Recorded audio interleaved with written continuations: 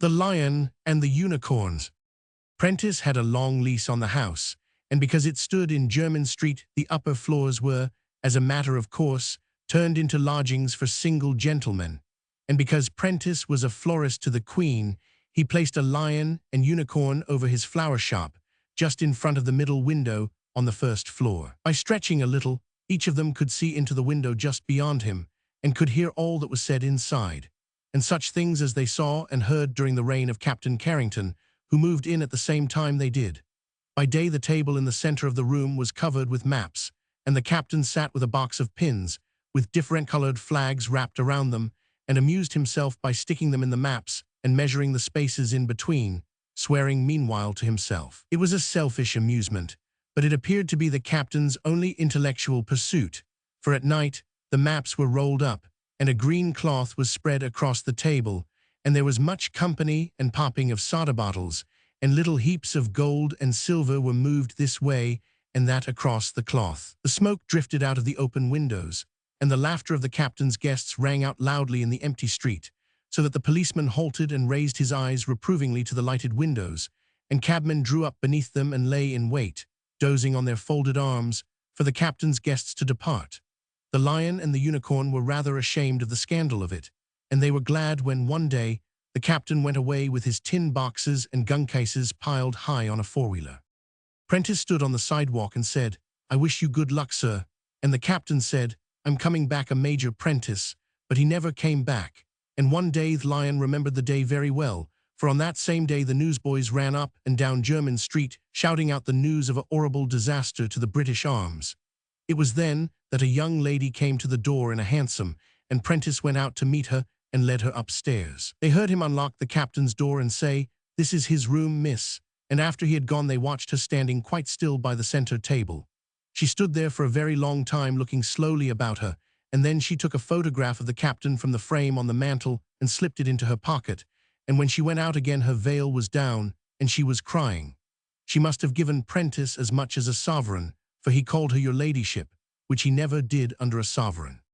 And she drove off, and they never saw her again either, nor could they hear the address she gave the cabman, but it was somewhere up St. John's Wood Way.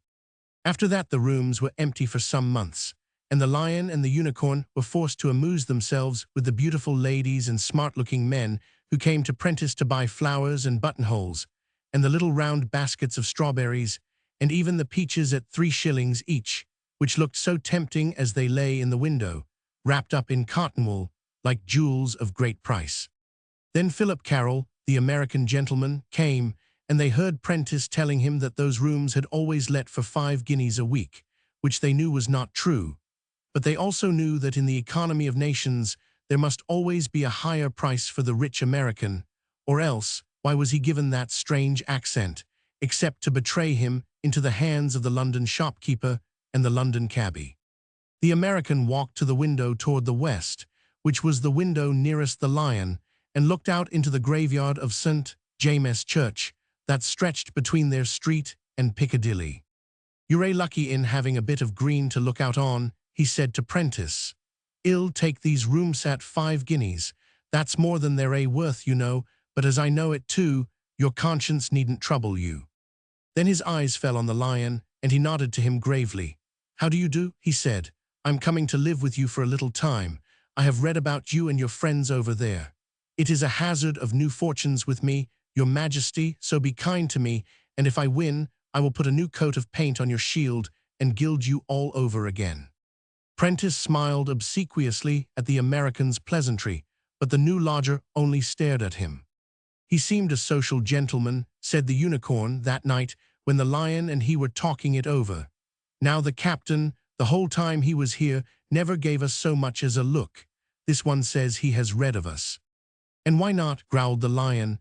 "I hope Prentice heard what he said of our needing a new layer of gilt. It's disgraceful. You can see that Lion over Scarlett's, the butcher, as far as Regent Street, and Scarlett is only one of Salisbury's creations. He received his letters patent only 2 years back. We date from Palmerston." The lodger came up the street just at that moment, and stopped and looked up at the Lion and the Unicorn from the sidewalk, before he opened the door with his night key. They heard him enter the room and feel on the mantel for his pipe, and a moment later he appeared at the lion's window and leaned on the sill, looking down into the street below and blowing whiffs of smoke up into the warm night air. It was a night in June, and the pavements were dry underfoot, and the streets were filled with well-dressed people going home from the play, and with groups of men in black and white making their way to supper at the clubs. Hansoms of Inkiblak, with shining lamps inside and out, dashed noiselessly past on mysterious errands, chasing close on each other's heels on a mad race, each to its separate goal. From the cross streets rose the noises of early night, the rumble of the buses, the creaking of their brakes as they unlocked, the cries of the extras, and the merging of thousands of human voices in a dull murmur. The great world of London was closing its shutters for the night and putting out the lights, and the new lodger from across the sea listened to it with his heart beating quickly and laughed to stifle the touch of fear and homesickness that rose in him. "I have seen a great play tonight," he said to the lion, "nobly played by great players. What will they care for my poor wares? I see that I have been overbold, but we cannot go back, no, not yet." He knocked the ashes out of his pipe and nodded good night to the great world beyond his window. "What fortunes lie with ye, ye lights of London town," he quoted, smiling, and they heard him close the door of his bedroom and lock it for the night.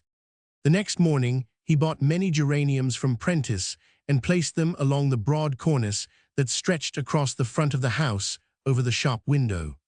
The flowers made a band of scarlet on either side of the lion, as brilliant as a Tommy's jacket.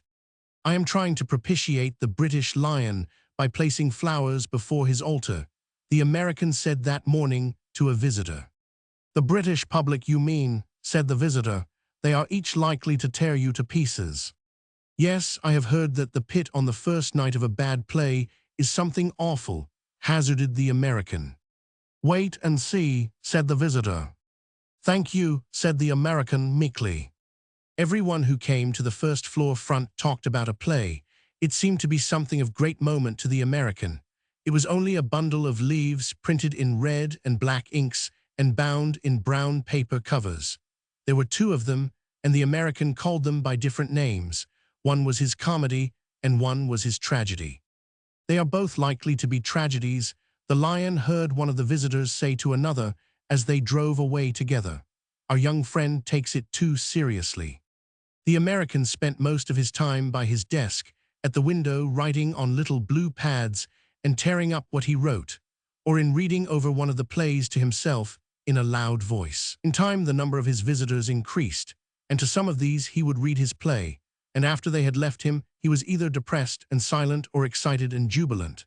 The lion could always tell when he was happy, because then he would go to the side table and pour himself out a drink and say, "Here's to me," but when he was depressed, he would stand holding the glass in his hand, and finally pour the liquor back into the bottle again and say, "What's the use of that?"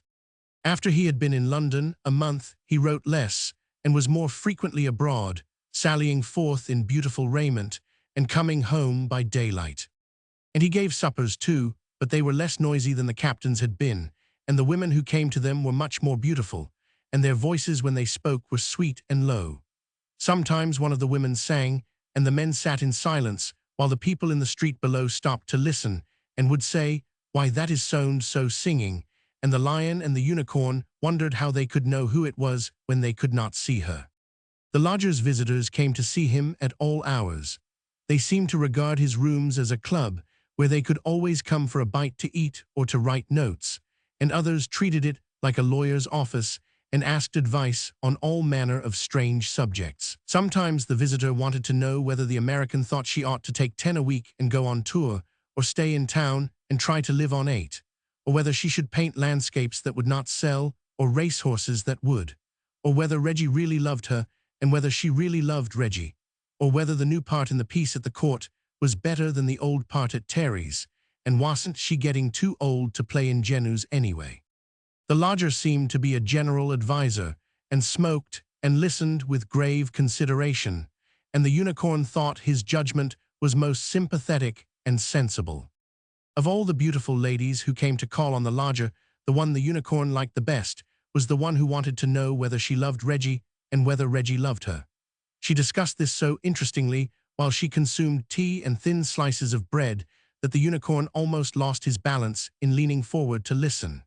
Her name was Marian Cavendish, and it was written over many photographs which stood in silver frames in the lodger's rooms. She used to make the tea herself, while the lodger sat and smoked, and she had a fascinating way of doubling the thin slices of bread into long strips and nibbling at them like a mouse at a piece of cheese. She had wonderful little teeth and cupid's bow lips, and she had a fashion of lifting her veil only high enough for one to see the two cupid bow lips. When she did that, the American used to laugh, at nothing apparently, and say, "Oh, I guess Reggie loves you well enough." "But do I love Reggie?" she would ask sadly, with her teacup held poised in air. "I am sure I hope not," the lodger would reply, and she would put down the veil quickly, as one would drop a curtain over a beautiful picture, and rise with great dignity and say, "If you talk like that, I shall not come again." She was sure that, if she could only get some work to do, her head would be filled with more important matters than whether Reggie loved her or not. "But the managers seem inclined to cut their Cavendish very fine just at present," she said. "If I don't get a part soon," she announced, "I shall ask Mitchell to put me down on the list for recitations at evening parties." "That seems a desperate revenge," said the American, "and besides, I don't want you to get a part, because someone might be idiotic enough to take my comedy, and if he should, you must play Nancy." "I would not ask for any salary if I could play Nancy," Miss Cavendish answered. They spoke of a great many things, but their talk always ended by her saying that there must be someone with sufficient sense to see that his play was a great play, and by his saying that none but she must play Nancy. The lion preferred the tall girl with masses and folds of brown hair, who came from America to paint miniatures of the British aristocracy. Her name was Helen Cabot, and he liked her because she was so brave and fearless, and so determined to be independent of everyone, even of the lodger, especially of the lodger, who it appeared had known her very well at home. The lodger, they gathered, did not wish her to be independent of him, and the two Americans had many arguments and disputes about it, but she always said, "It does no good, Philip. It only hurts us both when you talk so. I care for nothing, and for no one but my art, and poor as it is, it means everything to me, and you do not, and of course, the man I am to marry must." Then Carol would talk, walking up and down, and looking very fierce and determined, and telling her how he loved her in such a way that it made her look even more proud and beautiful. And she would say more gently, "It is very fine to think that anyone can care for like that, and very helpful. But unless I cared in the same way, it would be wicked of me to marry you. And besides," she would add very quickly to prevent his speaking again, "I don't want to marry you or anybody, and I never shall. I want to be free and to succeed in my work, just as you want to succeed in your work. So please never speak of this again." When she went away, the lodger used to sit smoking in the big armchair and beat the arms with his hands, and he would pace up and down the room while his work would lie untouched and his engagements pass forgotten. Summer came and London was deserted, dull and dusty, but the lodger stayed on in Jermyn Street. Helen Cabot had departed on a round of visits to country houses in Scotland, where, as she wrote him, she was painting miniatures of her hosts and studying the game of golf. Miss Cavendish divided her days between the river and one of the West End theatres. She was playing a small part in a farce comedy. One day she came up from Cookham earlier than usual, looking very beautiful in a white boating frock and a straw hat with a leander ribbon. Her hands and arms were hard with dragging a punting pole, and she was sunburnt and happy and hungry for tea. "Why don't you come down to Cookham and get out of this heat?" Miss Cavendish asked. "You need it. You look 99. "I'd like to, but I can't," said Carol. "The fact is, I paid in advance for these rooms, and if I lived anywhere else, I'd be losing 5 guineas a week on them." Miss Cavendish regarded him severely. She had never quite mastered his American humor. "But 5 guineas, that's nothing to you," she said. Something in the lodger's face made her pause. "You don't mean?" "Yes, I do," said the lodger, smiling. "You see, I started in to lay siege to London without sufficient ammunition. London is a large town, and it didn't fall as quickly as I thought it would. So I am economizing. Mr. Lockhart's coffee rooms and I are no longer strangers." Miss Cavendish put down her cup of tea untasted and leaned toward him. "Are you in earnest?" she asked. "For how long?" "Oh, for the last month," replied the lodger. "They are not at all bad, clean and wholesome and all that. But the suppers you gave us, and this," she cried, suddenly waving her hands over the pretty teethings and the cake and muffins. "My friends, at least," said Carol, "need not go to Lockhart's." "And the Savoy?" asked Miss Cavendish, mournfully shaking her head. "A dream of the past," said Carol, waving his pipe through the smoke. "Gatti's? Yes, on special occasions, but for necessity the Chancellor's, where one gets a piece of the prime roast beef of old England, from Chicago, and potatoes for 9p a pot of bitter 2p halfpenny, and a penny for the waiter. It's most amusing on the whole. I am learning a little about London, and some things about myself. They are both most interesting subjects." "Well, I don't like it," Miss Cavendish declared helplessly. "When I think of those suppers and the flowers, I feel like a robber." "Don't," begged Carol. "I am really the most happy of men, that is, as the chap says in the play, I would be if I wasn't so damned miserable. But I owe no man a penny, and I have assets. I have 80 to last me through the winter and 2 marvelous plays. And I love, next to yourself, the most wonderful woman God ever made. That's enough." "But I thought you made such a lot of money by writing?" asked Miss Cavendish. "I doth, that is, I could," answered Carol, "if I wrote the things that sell, but I keep on writing plays that want." "And such plays!" exclaimed Marian warmly, "and to think that they are going begging." She continued indignantly, "I can't imagine what the managers do want." "I know what they don't want," said the American. Miss Cavendish drummed impatiently on the tea tray. "I wish you wouldn't be so abject about it," she said. "If I were a man, I'd make them take those plays." "How?" asked the American, with a gun. "Well, I'd keep at it until they read them," declared Marian. "I'd sit on their front steps all night, and I'd follow them in cabs, and I'd lie in wait for them at the stage door. I'd just make them take them." Carol sighed and stared at the ceiling. "I guess I'll give up and go home," he said. "Oh yes, do run away before you are beaten," said Miss Cavendish scornfully. "Why, you can't go now.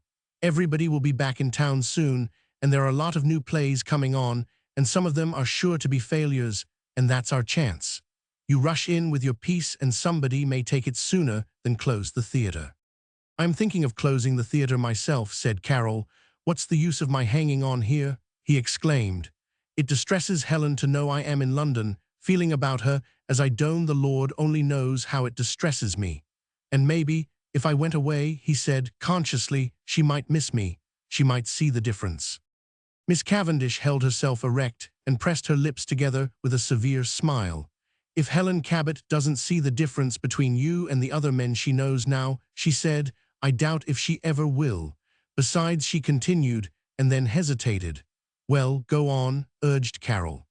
"Well, I was only going to say," she explained, "that leaving the girl alone never did the man any good unless he left her alone willingly. If she's sure he still cares, it's just the same to her where he is. He might as well stay on in London as go to South Africa. It won't help him any. The difference comes when she finds he has stopped caring. Why, look at Reggie. He tried that.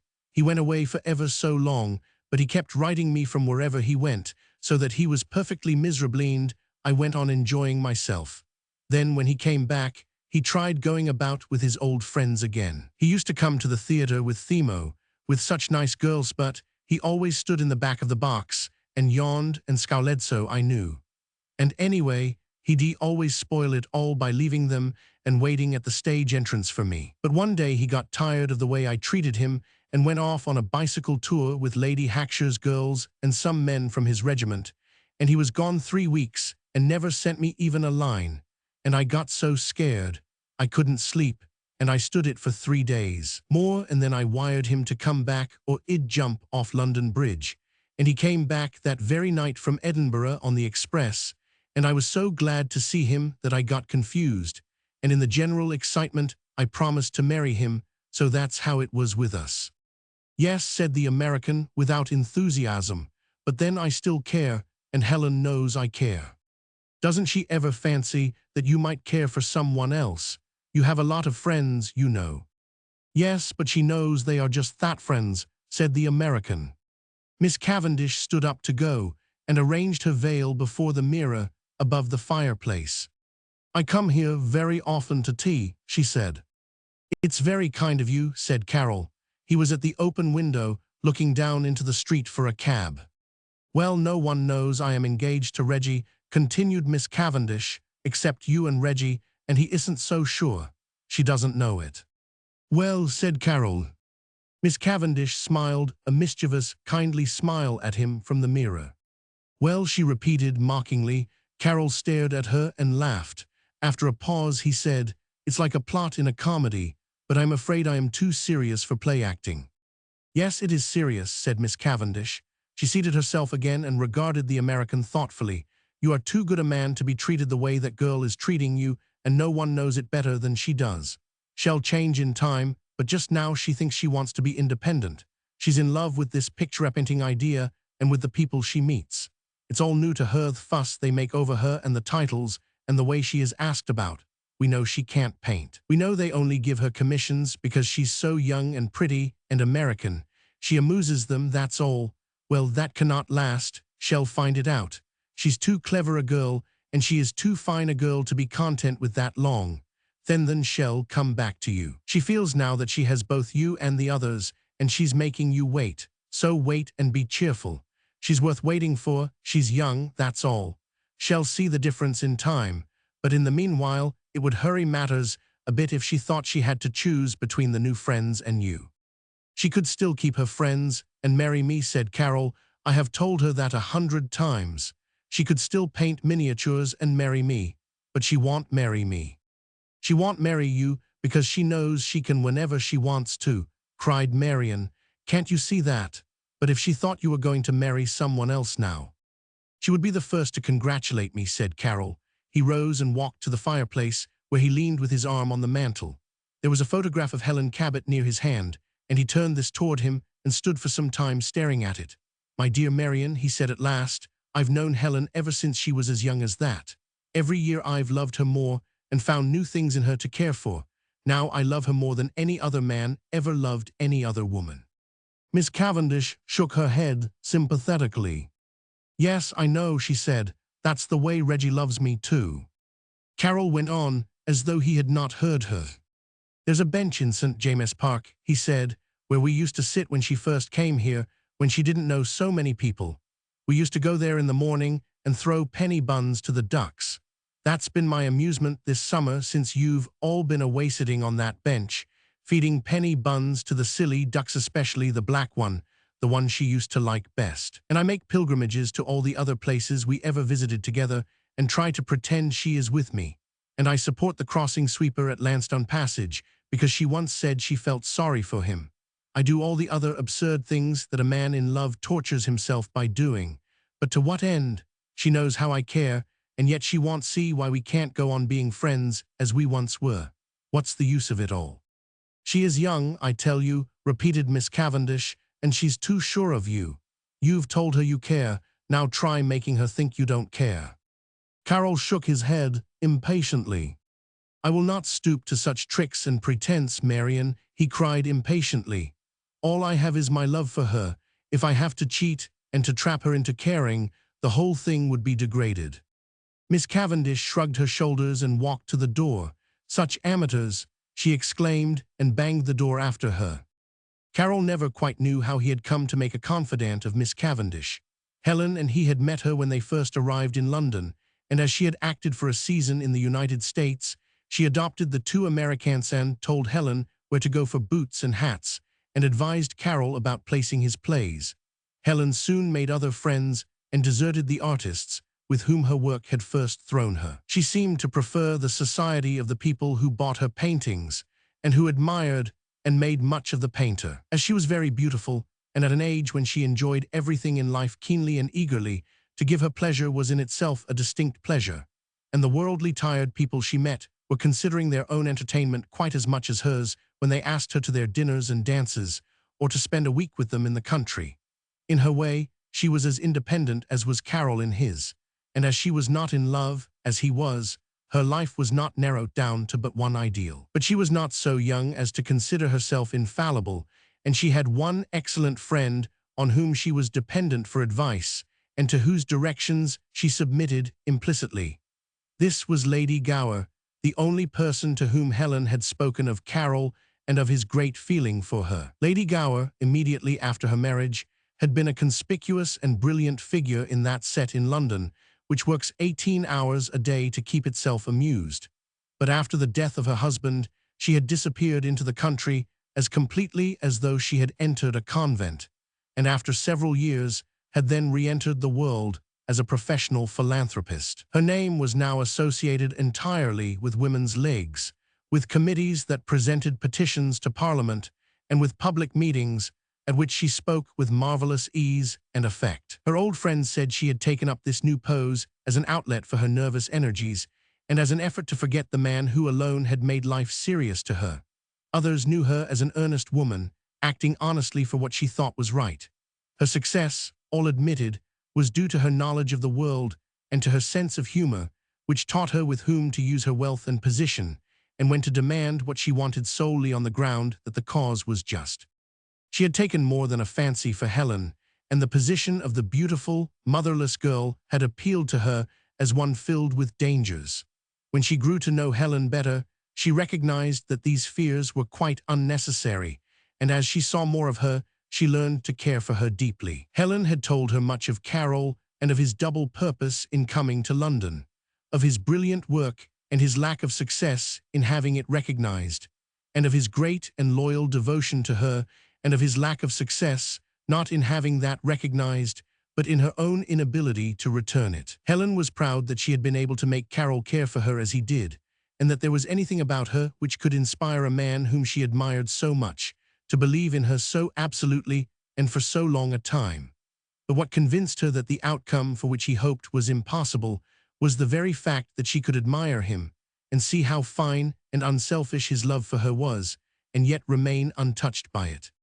She had been telling Lady Gower one day of the care he had taken of her ever since she was 14 years of age, and had quoted some of the friendly and lover-like acts he had performed in her service, until one day they had both found out that his attitude of the elder brother was no longer possible, and that he loved her in the old and only way. Lady Gower looked at her rather doubtfully and smiled. "I wish you would bring him to see me, Helen," she said.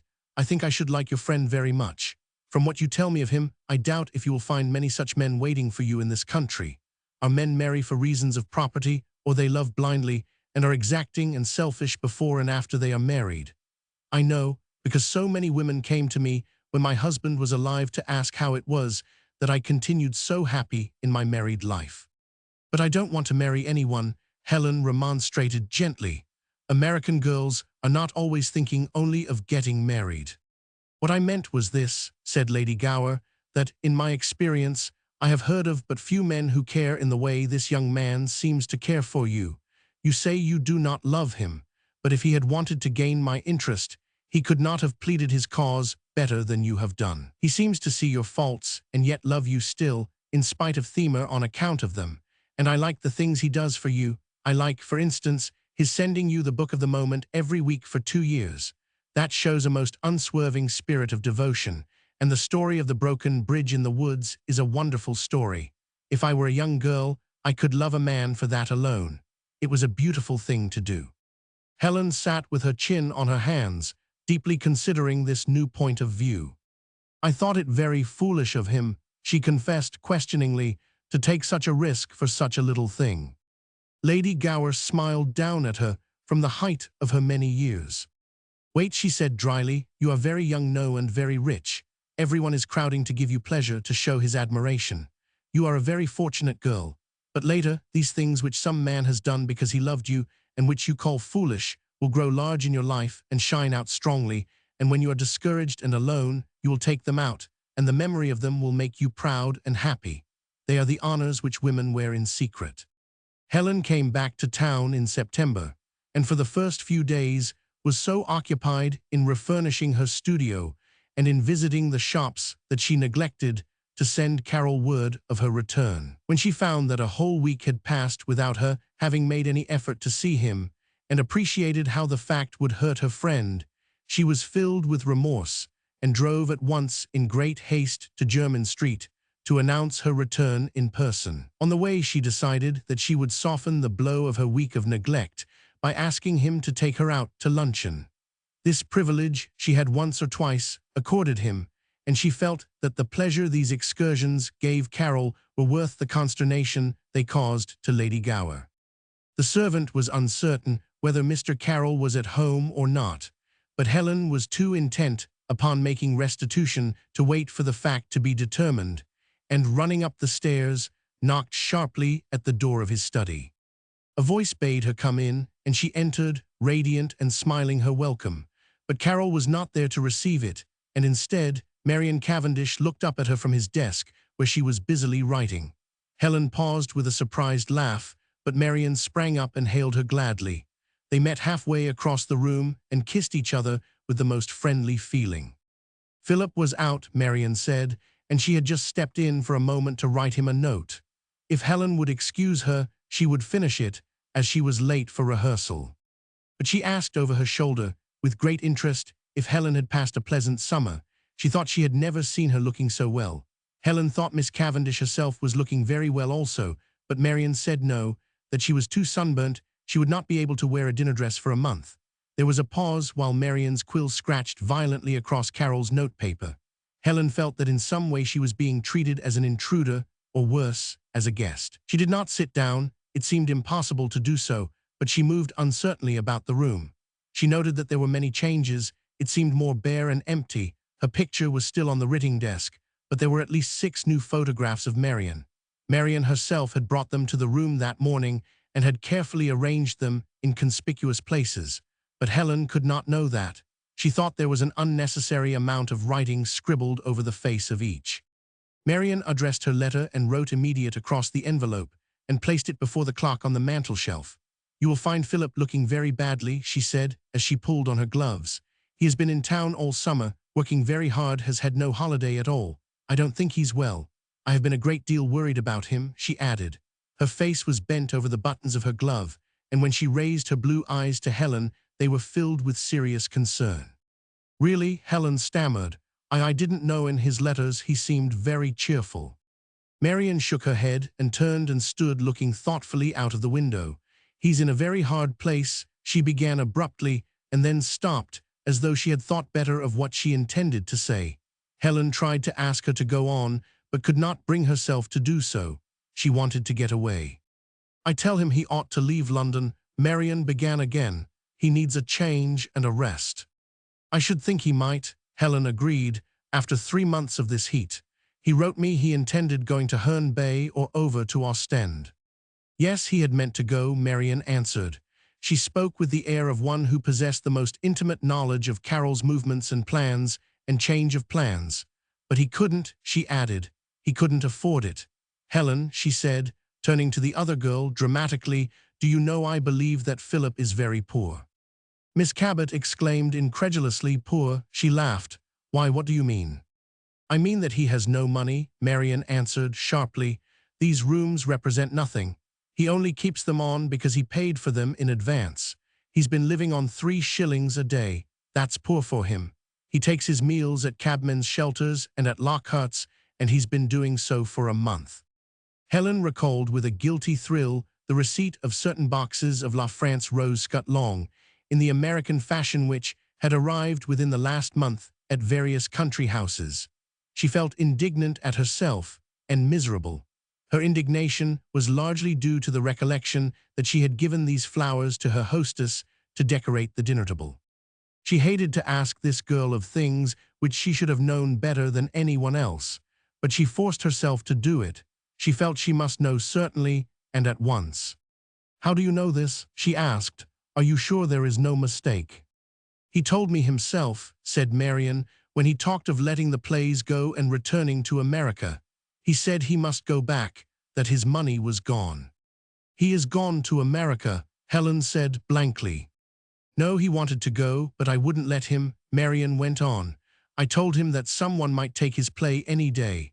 And this 3rd one he has written, the one he finished this summer in town, is the best of all, I think.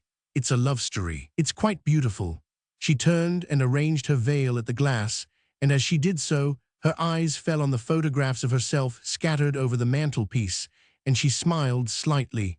But Helen did not see Hirsch was sitting down now, pulling at the books on the table. She was confused and disturbed by emotions which were quite strange to her, and when Marian bade her goodbye, she hardly noticed her departure.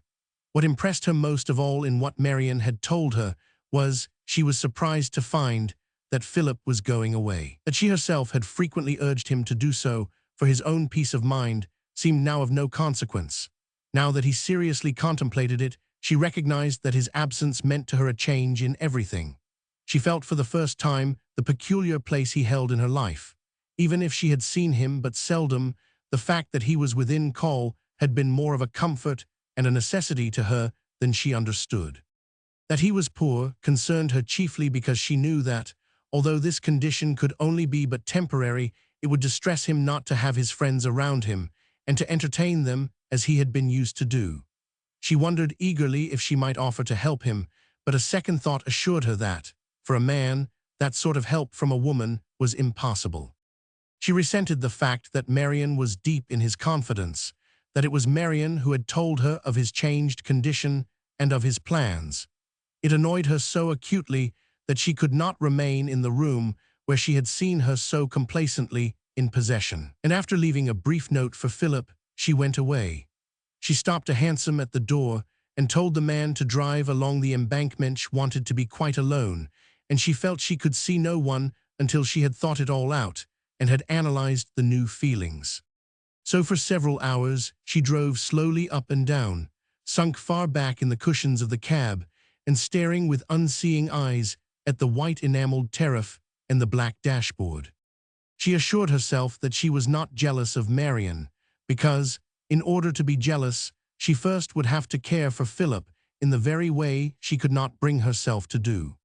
She decided that his interest in Marian hurt her, because it showed that Philip was not capable of remaining true to the one ideal of his life. She was sure that this explained her feeling. She was disappointed that he had not kept up to his own standard, that he was weak enough to turn aside from it for the first pretty pair of eyes. But she was too honest and too just to accept that diagnosis of her feelings as final. She knew there had been many pairs of eyes in America and in London, and that though Philip had seen them, he had not answered them when they spoke. No, she confessed frankly, she was hurt with herself for neglecting her old friend so selfishly and for so long a time. His love gave him claims on her consideration, at least, and she had forgotten that and him, and had run after strange gods and allowed others to come in and take her place, and to give him the sympathy and help which she should have been the first to offer, and which would have counted more when coming from her than from anyone else.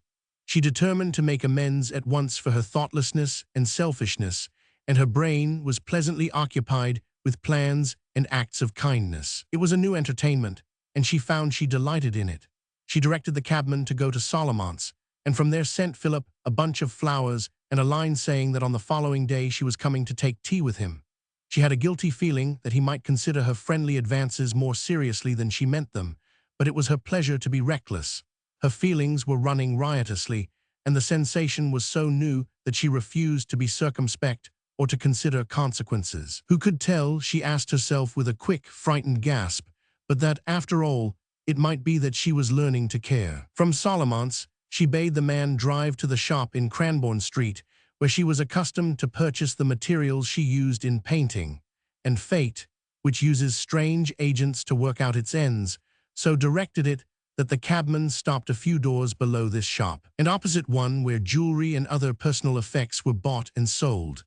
At any other time, or had she been in any other mood, what followed might not have occurred, but fate, in the person of the cabman, arranged it so that the hour and the opportunity came together.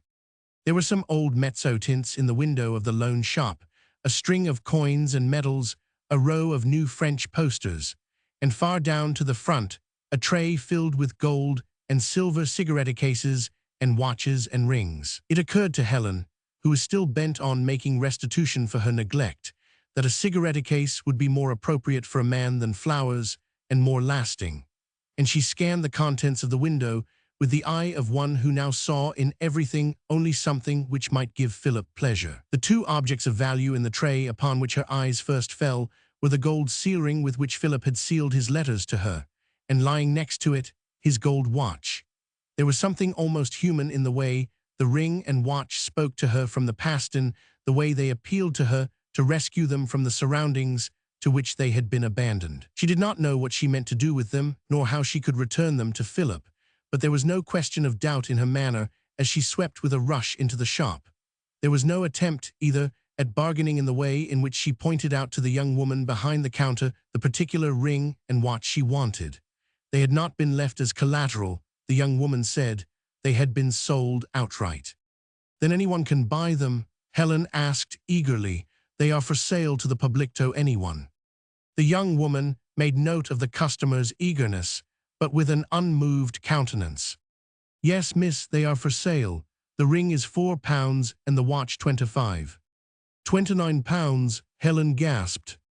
That was more money than she had in the world, but the fact did not distress her, for she had a true artistic disregard for ready money, and the absence of it had never disturbed her. But now it assumed a sudden and alarming value. She had £10 in her purse, and £10 at her studiothes were just enough to pay for a quarter's rent and the rates, and there was a hat and cloak in Bond Street which she certainly must have. Her only assets consisted of the possibility that someone might soon order a miniature, and to her mind that was sufficient. Someone always had ordered a miniature, and there was no reasonable doubt but that someone would do it again. For a moment she questioned if it would not be sufficient if she bought the ring and allowed the watch to remain. But she recognized that the ring meant more to her than the watch, while the latter, as an old heirloom which had been passed down to him from a great-grandfather, meant more to Philip. It was for Philip she was doing this, she reminded herself. She stood holding his possessions, one in each hand, and looking at the young woman blankly. She had no doubt in her mind that at least part of the money he had received for them had paid for the flowers he had sent to her in Scotland. The certainty of this left her no choice. She laid the ring and watch down and pulled the only ring she possessed from her own finger. It was a gift from Lady Gower. She had no doubt that it was of great value. "Can you lend me some money on that?" she asked. It was the first time she had conducted a business transaction of this nature, and she felt as though she were engaging in a burglary. "We don't lend money, miss," the girl said. "We buy outright. I can give you 28 shillings for this," she added. 28 shillings, Helen gasped. "Why, it is worth ever so much more than that." "That is all it is worth to us," the girl answered. She regarded the ring indifferently and laid it away from her on the counter. The action was final. Helen's hands rose slowly to her breast, where a pretty watch dangled from a bowknot of crushed diamonds. It was her only possession, and she was very fond of it.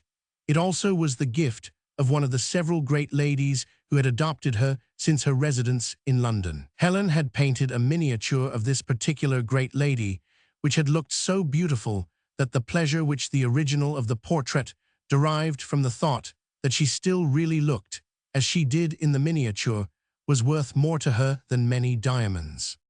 But it was different with Helen, and no one could count what it cost her to tear away her one proud possession. "What will you give me for this?" she asked defiantly. The girl's eyes showed greater interest. "I can give you £20 for that," she said.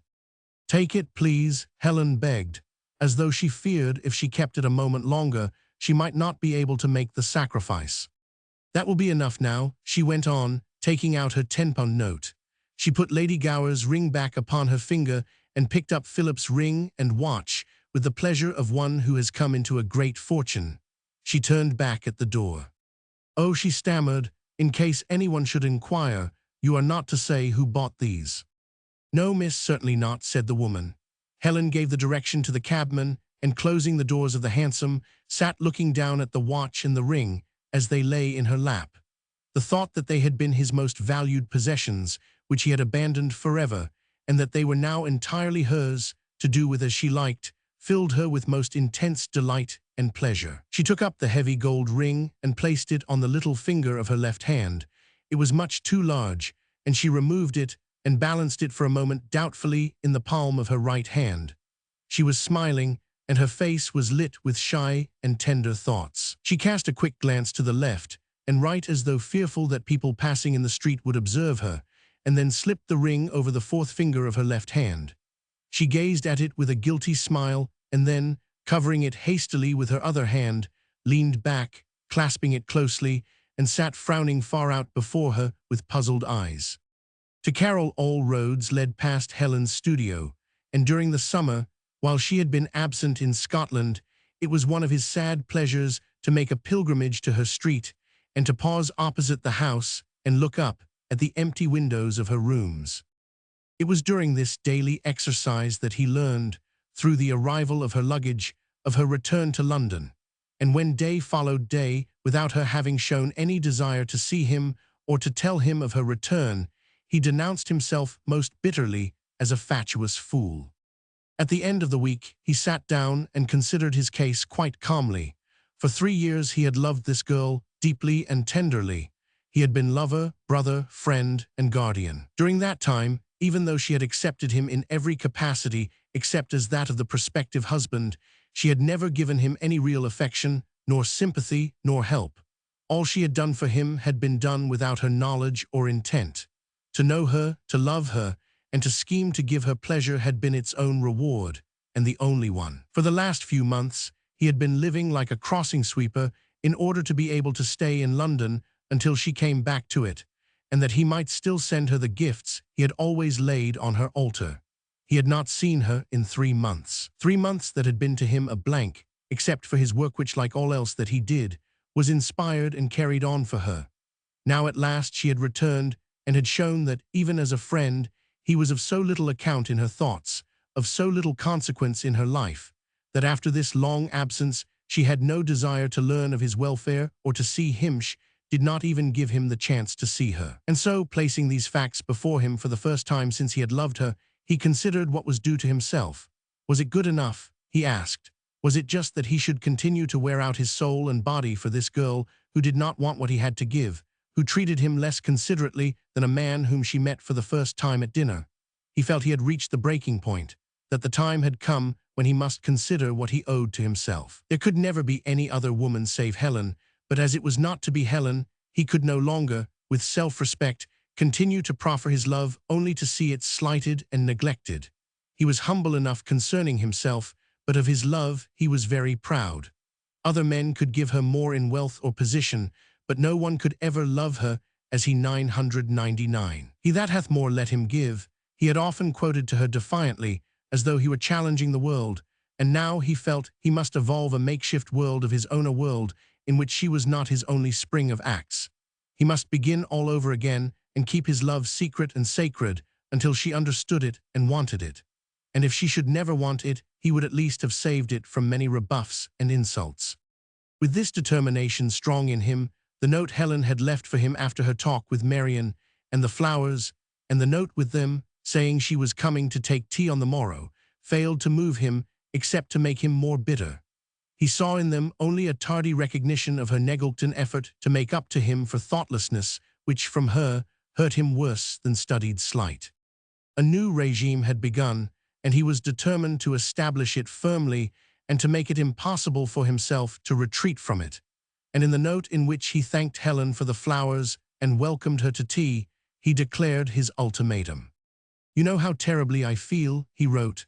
"I don't have to tell you that, but I cannot always go on dragging out my love and holding it up to excite your pity as beggars show their sores. I cannot always go on praying before your altar, cutting myself with knives and calling upon you to listen to me. You know that there is no one else but you, and that there never can be anyone but you, and that nothing is changed, except that after this I am not going to urge and torment you. I shall wait as I have always waited, only now I shall wait in silence. You know just how little, in one way, I have to offer you, and you know just how much I have in love to offer you. It is now for you to speak some day or never, but you will have to speak first. You will never hear a word of love from me again. Why should you? You know it is always waiting for you. But if you should ever want it, you must come to me and take off your hat and put it on my table and say, 'Philip, I have come to stay.' Whether you can ever do that or not can make no difference in my love for you. I shall love you always, as no man has ever loved a woman in this world, but it is you who must speak first. For me, the rest is silence." The following morning, as Helen was leaving the house, she found this letter lying on the hall table and ran back with it to her rooms. A week before she would have let it lie on the table and read it on her return. She was conscious that this was what she would have done, and it pleased her to find that what concerned Philip was now to her the thing of greatest interest. She was pleased with her own eagerness, her own happiness was a welcome sign, and she was proud and glad that she was learning to care. She read the letter with an anxious pride and pleasure in each word that was entirely new. Philip's recriminations did not hurt her, they were the sign that he cared, nor did his determination not to speak of his love to her hurt her, for she believed him when he said that he would always care. She read the letter twice, and then sat for some time considering the kind of letter Philip would have written had he known her secret, had he known that the ring he had abandoned was now upon her finger. She rose and, crossing to a desk, placed the letter in a drawer, and then took it out again and reread the last page. When she had finished it, she was smiling. For a moment she stood irresolute, and then, moving slowly toward the center table, cast a guilty look about her, and raising her hands, lifted her veil and half withdrew the pins that fastened her hat. "Philip," she began in a frightened whisper, I have come to." The sentence ended in a cry of protest, and she rushed across the room as though she were running from herself. She was blushing violently. "Never," she cried, as she pulled open the door, "I could never do it, never." The following afternoon, when Helen was to come to tea, Carol decided that he would receive her with all the old friendliness, but that he must be careful to subdue all emotion. He was really deeply hurt at her treatment, and had it not been that she came on her own invitation, he would not of his own accord have sought to see her. In consequence, he rather welcomed than otherwise the arrival of Marian Cavendish, who came a half-hour before Helen was expected, and who followed a hasty knock with a precipitate entrance. "Sit down," she commanded breathlessly, "and listen. I've been at rehearsal all day, or I'd have been here before you were awake." She seated herself nervously and nodded her head at Carol in an excited and mysterious manner. "What is it?" he asked. "Have you and Reggie?" "Listen," Marian repeated, "our fortunes are made. That is what's the matter, and I've made them. If you took half the interest in your work I do, you'd have made yours long ago. Last night," she began impressively, "I went to a large supper at the Savoy, and I sat next to Charlie Wimple. He came in late, after everybody had finished, and I attacked him while he was eating his supper. He said he had been rehearsing cast after the performance, that they've put it on as a stopgap on account of the failure of the Triflers, and that he knew revivals were of no use, that he would give any sum for a good modern comedy. That was my cue, and I told him I knew of a better comedy than any he had produced at his theater in 5 years, and that it was going begging. He laughed and asked where was he to find this wonderful comedy, and I said, 'It's been in your safe for the last 2 months and you haven't read it.' He said, 'Indeed, how do you know that?' And I said, 'Because if you'd read it, it wouldn't be in your safe, but on your stage.' So he asked me what the play was about, and I told him the plot and what sort of a part his was and some of his scenes, and he began to take notice. He forgot his supper, and very soon he grew so interested that he turned his chair round and kept eyeing my supper card to find out who I was, and at last remembered seeing me in the new boy, and a rotten part it was, too, but he remembered it, and he told me to go on and tell him more about your play. So I recited it bit by bit, and he laughed in all the right places and got very much excited, and said finally that he would read it the first thing this morning." Marian paused breathlessly. "Oh, yes, and he wrote your address on his cuff," she added, with the air of delivering a complete and convincing climax. Carol stared at her and pulled excitedly on his pipe. "Oh, Marian," he gasped, "suppose he should. He won't though," he added, but eyeing her eagerly and inviting contradiction. "He will," she answered stoutly, "if he reads it." "The other managers read it," Carol suggested doubtfully. "Yes, but what do they know?" Marian returned loftily. "He knows. Charles Wimple is the only intelligent actor-manager in London." There was a sharp knock at the door, which Marian in her excitement had left ajar, and Prentice threw it wide open with an impressive sweep, as though he were announcing royalty. "Mr. Charles Wimple," he said. The actor-manager stopped in the doorway, bowing gracefully, his hat held before him and his hand on his stick, as though it were resting on a foil. He had the face and carriage of a gallant of the days of Congreve, and he wore his modern frock-coat with as much distinction as if it were of silk and lace. He was evidently amused. "I couldn't help overhearing the last line," he said, smiling. "It gives me a good entrance." Marian gazed at him blankly. "Oh," she gasped, we were just talking about you." "If you hadn't mentioned my name," the actor said, "I should never have guessed it. And this is Mr. Carroll, I hope."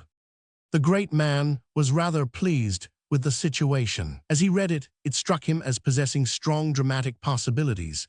Carroll was the struggling author on the verge of starvation. Marian, his sweetheart, flying to him gave him hope. And he was the good fairy arriving in the nick of time to set everything right and to make the young people happy and prosperous.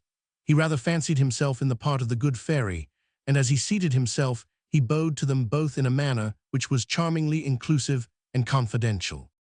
"Miss Cavendish, I imagine, has already warned you that you might expect a visit from me," he said tentatively.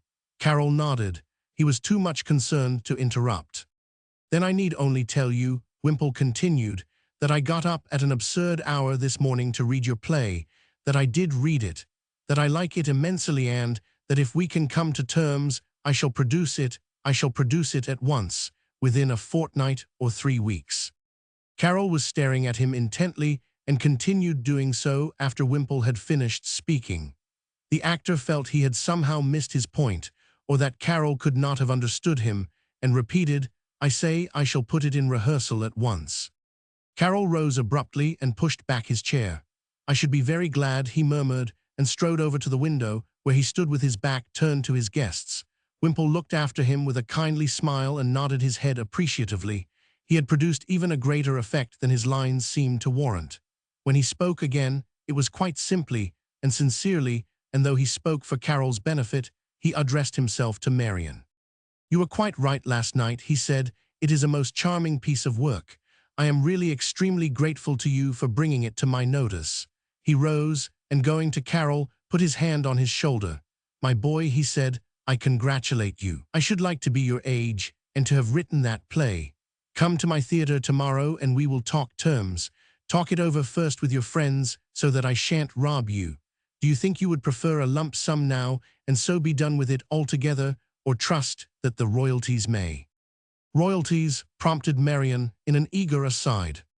The men laughed. "Quite right," Wimple assented good-humoredly. "It's a poor sportsman who doesn't back his own horse. Well then, until tomorrow." "But," Carroll began, "one moment please. I haven't thanked you." "My dear boy," cried Wimple, waving him away with his stick, "it is I who have to thank you." "And then there is a condition," Carroll said, "which goes with the play. It is that Miss Cavendish is to have the part of Nancy." Wimple looked serious and considered for a moment. "Nancy," he said, "the girl who interferes a very good part. I have cast Miss Maddox for it in my mind, but of course, if the author insists." Marian, with her elbows on the table, clasped her hands appealingly before her. "Oh, Mr. Wimple," she cried, "you owe me that at least." Carroll leaned over and took both of Marian's hands in one of his. "It's all right," he said, "the author insists." Wimple waved his stick again, as though it were the magic wand of the good fairy. "You shall have it," he said. "I recall your performance in The New Boy with pleasure. I take the play, and Miss Cavendish shall be cast for Nancy. We shall begin rehearsals at once. I hope you are a quick study." "I am letter perfect," now laughed Marian. Wimple turned at the door and nodded to them. They were both so young, so eager, and so jubilant that he felt strangely old and out of it. "Good be, then," he said. "Good be, sir," they both chorused, and Marian cried after him, "and thank you 1,000 times." He turned again and looked back at them, but in their rejoicing they had already forgotten him. "Bless you, my children," he said, smiling. As he was about to close the door, a young girl came down the passage toward it, and as she was apparently going to Carroll's rooms, the actor left the door open behind him. Neither Marian nor Carroll had noticed his final exit. They were both gazing at each other as though, could they find speech, they would ask if it were true. "It's come at last," Marian Philip said, with an uncertain voice. "I could weep," cried Marian. "Philip," she exclaimed, "I would rather see that play succeed than any play ever written, and I would rather play that part in it than oh, Philip," she ended. "I am so proud of you," and rising, she threw her arms about his neck and sobbed on his shoulder. Carroll raised one of her hands and kissed the tips of her fingers gently. I owe it to you, Marian, he said all to you. This was the tableau that was presented through the open door to Miss Helen Cabot, hurrying on her errand of restitution and goodwill, and with Philip's ring and watch clasped in her hand. They had not heard her, nor did they see her at the door, so she drew back quickly and ran along the passage and down the stairs into the street. She did not need now to analyze her feelings. They were only too evident, for she could translate what she had just seen as meaning only one thing, that she had considered Philip's love so lightly that she had not felt it passing away from her until her neglect had killed it, until it was too late.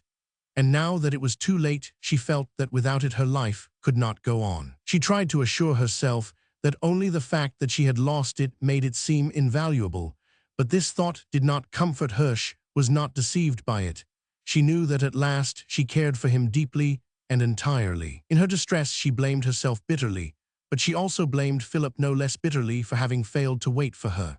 He might have known that I must love him in time, she repeated to herself again and again.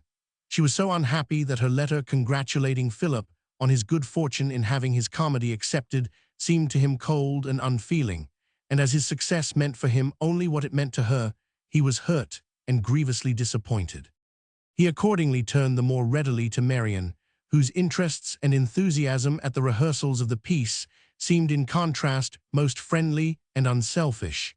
He could not help but compare the attitude of the two girls at this time, when the failure or success of his best work was still undecided. He felt that as Helen took so little interest in his success, he could not dare to trouble her with his anxieties concerning it, and she attributed his silence to his preoccupation and interest in Marian. So the two grew apart, each misunderstanding the other, and each troubled in spirit at the other's indifference. The first night of the play justified all that Marian and Wimple had claimed for it, and was a great personal triumph for the new playwright. The audience was the typical first-night audience of the class which Charles Wimple always commanded. It was brilliant, intelligent, and smart, and it came prepared to be pleased. From one of the upper stage boxes, Helen and Lady Gower watched the successful progress of the play with an anxiety almost as keen as that of the author. To Helen, it seemed as though the giving of these lines to the public, these lines which he had so often read to her and altered to her liking, was a desecration. It seemed as though she were losing him indeed, as though he now belonged to these strange people, all of whom were laughing and applauding his words, from the German princess in the royal box to the straight-backed Tommy in the pit. Instead of the painted scene before her, she saw the birch trees by the river at home, where he had first read her the speech to which they were now listening, so intensified speech in which the hero tells the girl he loves her. She remembered that at the time she had thought how wonderful it would be if someday someone made such a speech to her, not Philip but a man she loved. And now, if Philip would only make that speech to her now. He came out at last, with Wimple leading him, and bowed across a glaring barrier of lights at a misty but vociferous audience that was shouting the generous English bravo and standing up to applaud. He raised his eyes to the box where Helen sat and saw her staring down at the tumult, with her hands clasped under her chin. Her face was colorless, but lit with the excitement of the moment, and he saw that she was crying. Lady Gower, from behind her, was clapping her hands delightedly. "But my dear Helen," she remonstrated breathlessly, "you never told me he was so good-looking." "Yes," said Helen, rising abruptly, "he is very good-looking." She crossed the box to where her cloak was hanging, but instead of taking it down, buried her face in its folds. "My dear child," cried Lady Gower in dismay, "what is it? The excitement has been too much for you." "No, I am just happy," sobbed Helen. "I am just happy for him." "We will go and tell him so then," said Lady Gower. "I am sure he would like to hear it from you tonight." Philip was standing in the center of the stage, surrounded by many pretty ladies and elderly men. Wimple was hovering over him as though he had claims upon him by the right of discovery. But when Philip saw Helen, he pushed his way toward her eagerly and took her hand in both of his. "I am so glad, Phil," she said. She felt it all so deeply that she was afraid to say more, but that meant so much to her that she was sure he would understand. He had planned it very differently. For a year he had dreamed that, on the first night of his play, there would be a supper, and that he would rise and drink her health, and tell his friends and the world that she was the woman he loved, and that she had agreed to marry him, and that at last he was able, through the success of his play, to make her his wife. And now they met in a crowd to shake hands, and she went her way with one of her grand ladies, and he was left among a group of chattering strangers. The great English playwright took him by the hand, and in the hearing of all, praised him gracefully and kindly. It did not matter to Philip whether the older playwright believed what he said or not. He knew it was generously meant. "I envy you this," the great man was saying. "Don't lose any of it. Stay and listen to all they have to say. You will never live through the first night of your first play but once." "Yes, I hear them," said Philip nervously. "They are all too kind. But I don't hear the voice I have been listening for," he added in a whisper. The older man pressed his hand again quickly. "My dear boy," he said, "I am sorry." "Thank you," Philip answered. Within a week, he had forgotten the great man's fine words of praise, but the clasp of his hand he cherished always. Helen met Marian as she was leaving the stage door and stopped to congratulate her on her success in the new part. Marian was radiant. To Helen, she seemed obstreperously happy and jubilant. "And Marian," Helen began bravely, "I also want to congratulate you on something else. Neither of you have told me yet," she stammered, "but I am such an old friend of both that I will not be kept out of the secret." At these words, Marian's air of triumphant gaiety vanished. She regarded Helen's troubled eyes closely and kindly. "What secret, Helen?" she asked. "I came to the door of Philip's room the other day when you did not know I was there," Helen answered, "and I could not help seeing how matters were. And I do congratulate you both and wish you such happiness." Without a word, Marian dragged her back down the passage to her dressing room and closed the door. "Now tell me what you mean," she said. "I am sorry if I discovered anything you didn't want known yet," said Helen, "but the door was open. Mr. Wimple had just left you and had not shut it, and I could not help seeing." Marian interrupted her with an eager exclamation of enlightenment. "Oh, you were there then," she cried. "And you?" she asked eagerly. "You thought Phil cared for Method. We are engaged, and it hurt you. You are sorry. Tell me," she demanded, "are you sorry?" Helen drew back and stretched out her hand toward the door. "How can you?" she exclaimed indignantly. "You have no right." Marian stood between her and the door. "I have every right," she said, "to help my friends, and I want to help you and Philip. And indeed I do hope you are sorry. I hope you are miserable, and I'm glad you saw me kiss him. That was the first and the last time, and I did it because I was happy and glad for him, and because I love him too, but not in the least in the way he loves you. No one ever loved anyone as he loves you, and it's time you found it out. And if I have helped to make you find it out, I am glad, and I don't care how much I hurt you." "Marian," exclaimed Helen, "what does it mean? Do you mean that you are not engaged, that?" "Certainly not," Marian answered. "I am going to marry Reggie. It is you that Philip loves, and I am very sorry for you that you don't love him." Helen clasped Marian's hands in both of hers. "But Marian," she cried, "I do, oh I do." There was a thick yellow fog the next morning, and with it rain and a sticky, depressing dampness which crept through the window panes, and which neither a fire nor blazing gas jets could overcome. Philip stood in front of the fireplace, with the morning papers piled high on the centre table and scattered over the room about him. He had read them all, and he knew now what it was to wake up famous, but he could not taste it. Now that it had come, it meant nothing, and that it was so complete a triumph only made it the harder. In his most optimistic dreams, he had never imagined success so satisfying as the reality had proved to be, but in his dreams Helen had always held the chief part, and without her, success seemed only to mock him. He wanted to lay it all before her, to say, "If you are pleased, I am happy. If you are satisfied, then I am content. It was done for you, and I am wholly yours, and all that I do is yours." And as though in answer to his thoughts, there was an instant knock at the door, and Helen entered the room and stood smiling at him across the table. Her eyes were lit with excitement and spoke with many emotions, and her cheeks were brilliant with color. He had never seen her look more beautiful. "Why, Helen," he exclaimed, "how good of you to come. Is there anything wrong? Is anything the matter?" She tried to speak, but faltered and smiled at him appealingly. "What is it?" he asked in great concern. Helen drew in her breath quickly, and at the same moment motioned him away, and he stepped back and stood watching her in much perplexity. With her eyes fixed on his, she raised her hands to her head, and her fingers fumbled with the knot of her veil. She pulled it loose, and then, with a sudden courage, lifted her hat proudly, as though it were a coronet, and placed it between them on his table. "Philip," she stammered, with the tears in her voice and eyes, "if you will let me, I have come to stay." The table was no longer between them. He caught her in his arms and kissed her face and her uncovered head again and again. From outside, the rain beat drearily and the fog rolled through the street, but inside, before the fire, the two young people sat close together, asking eager questions or sitting in silence, staring at the flames with wondering, happy eyes.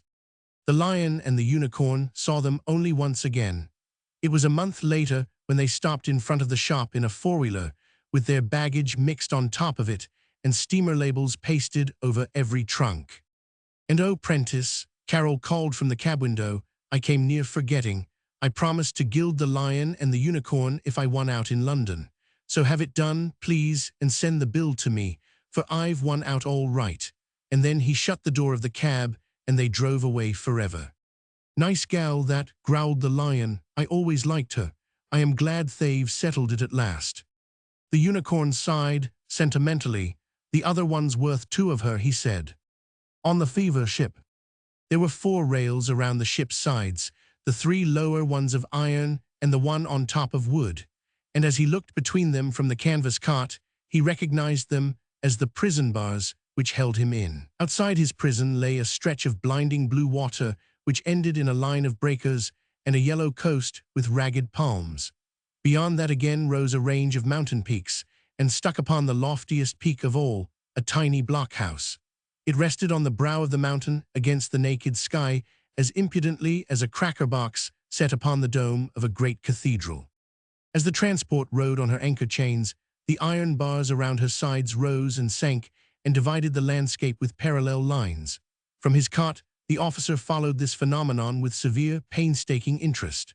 Sometimes the wooden rail swept up to the very blockhouse itself, and for a second of time blotted it from sight. And again it sank to the level of the line of breakers and wiped them out of the picture as though they were a line of chalk.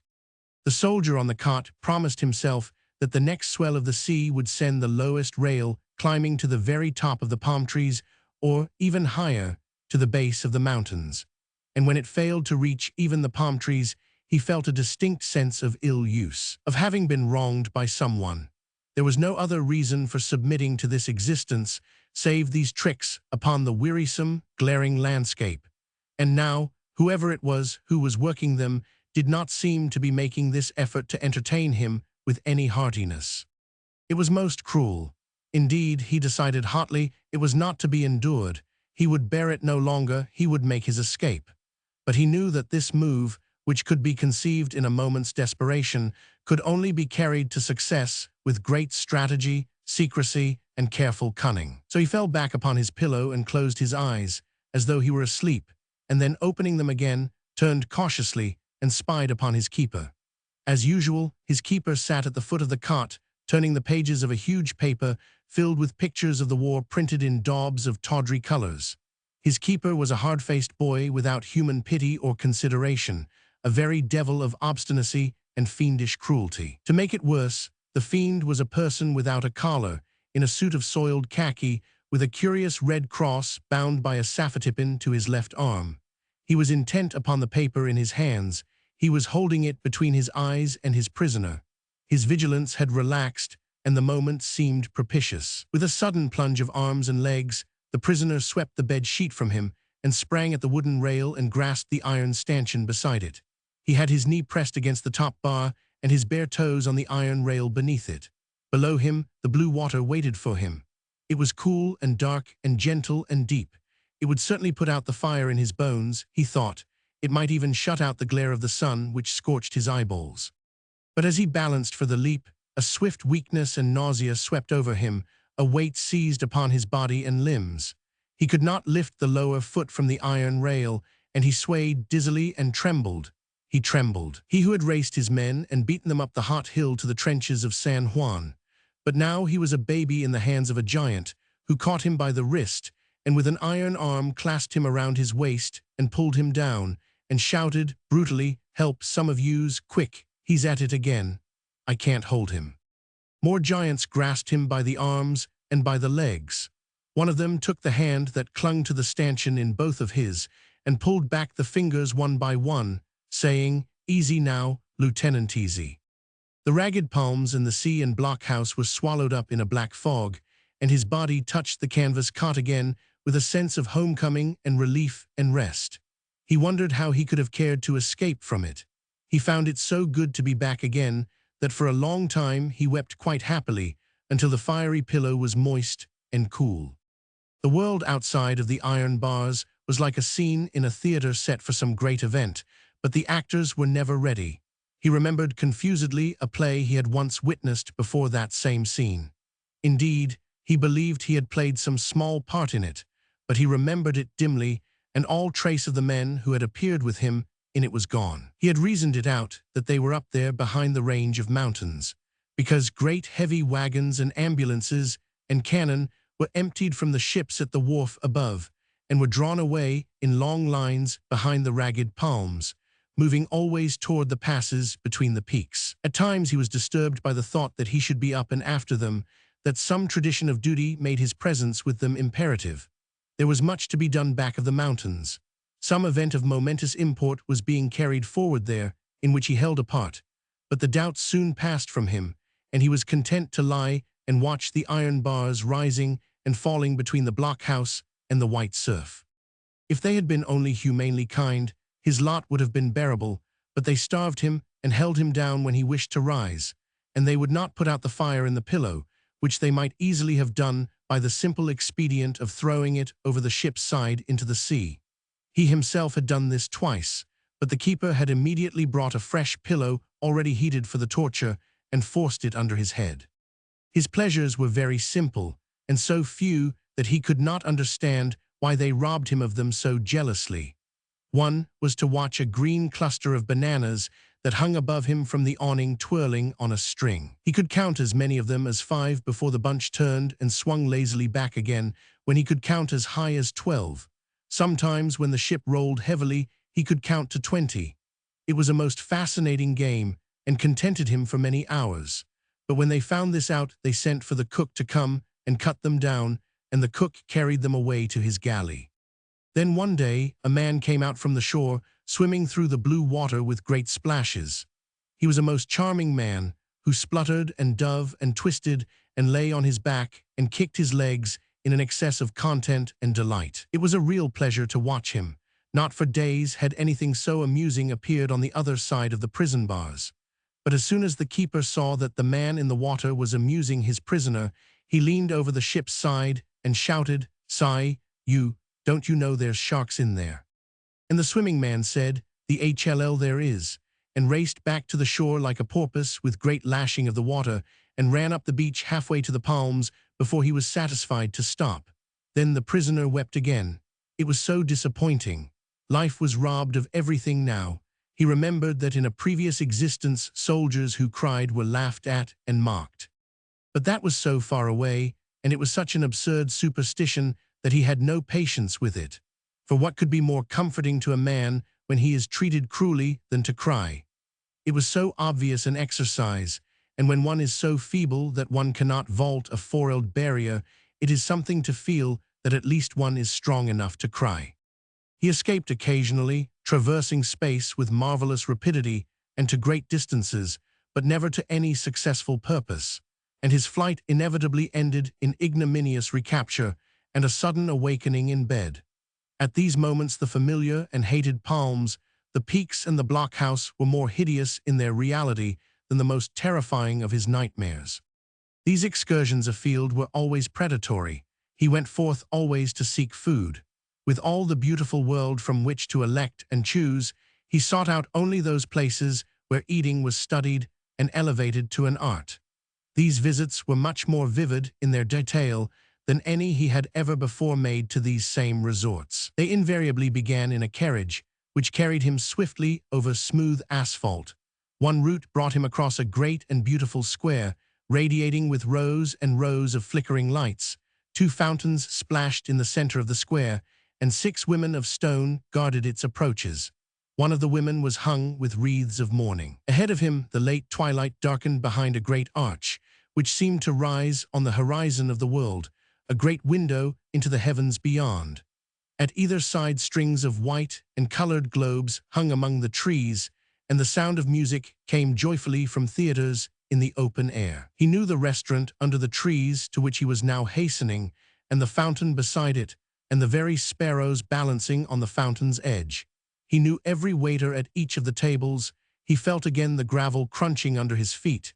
He saw the maître d'hôtel coming forward, smiling to receive his command, and the waiter in the green apron bowing at his elbow, deferential and important, presenting the list of wines.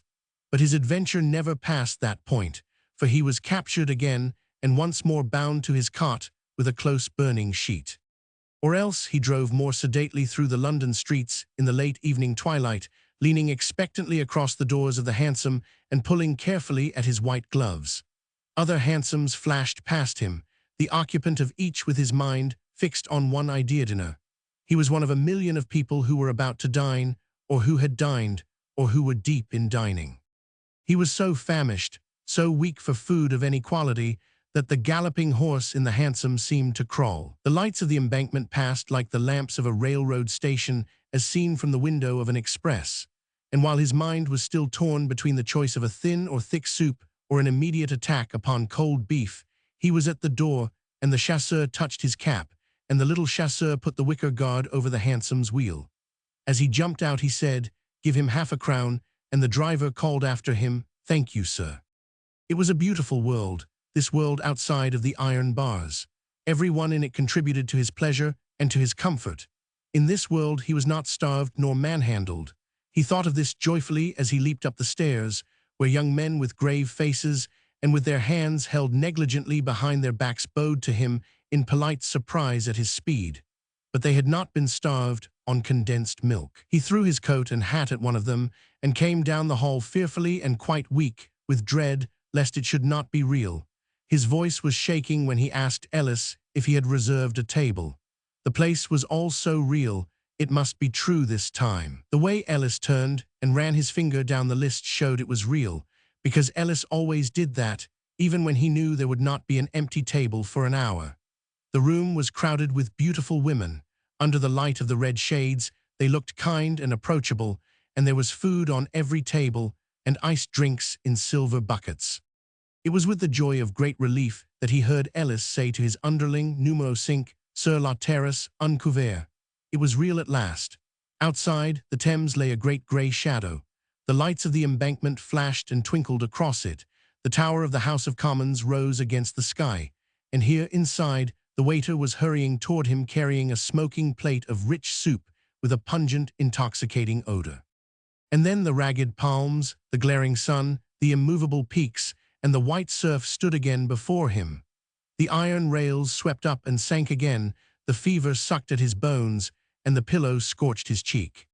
One morning, for a brief moment, he came back to real life again and lay quite still, seeing everything about him with clear eyes, and for the first time, as though he had but just that instant been lifted over the ship's side. His keeper, glancing up, found the prisoner's eyes considering him curiously and recognized the change. The instinct of discipline brought him to his feet with his fingers at his sides.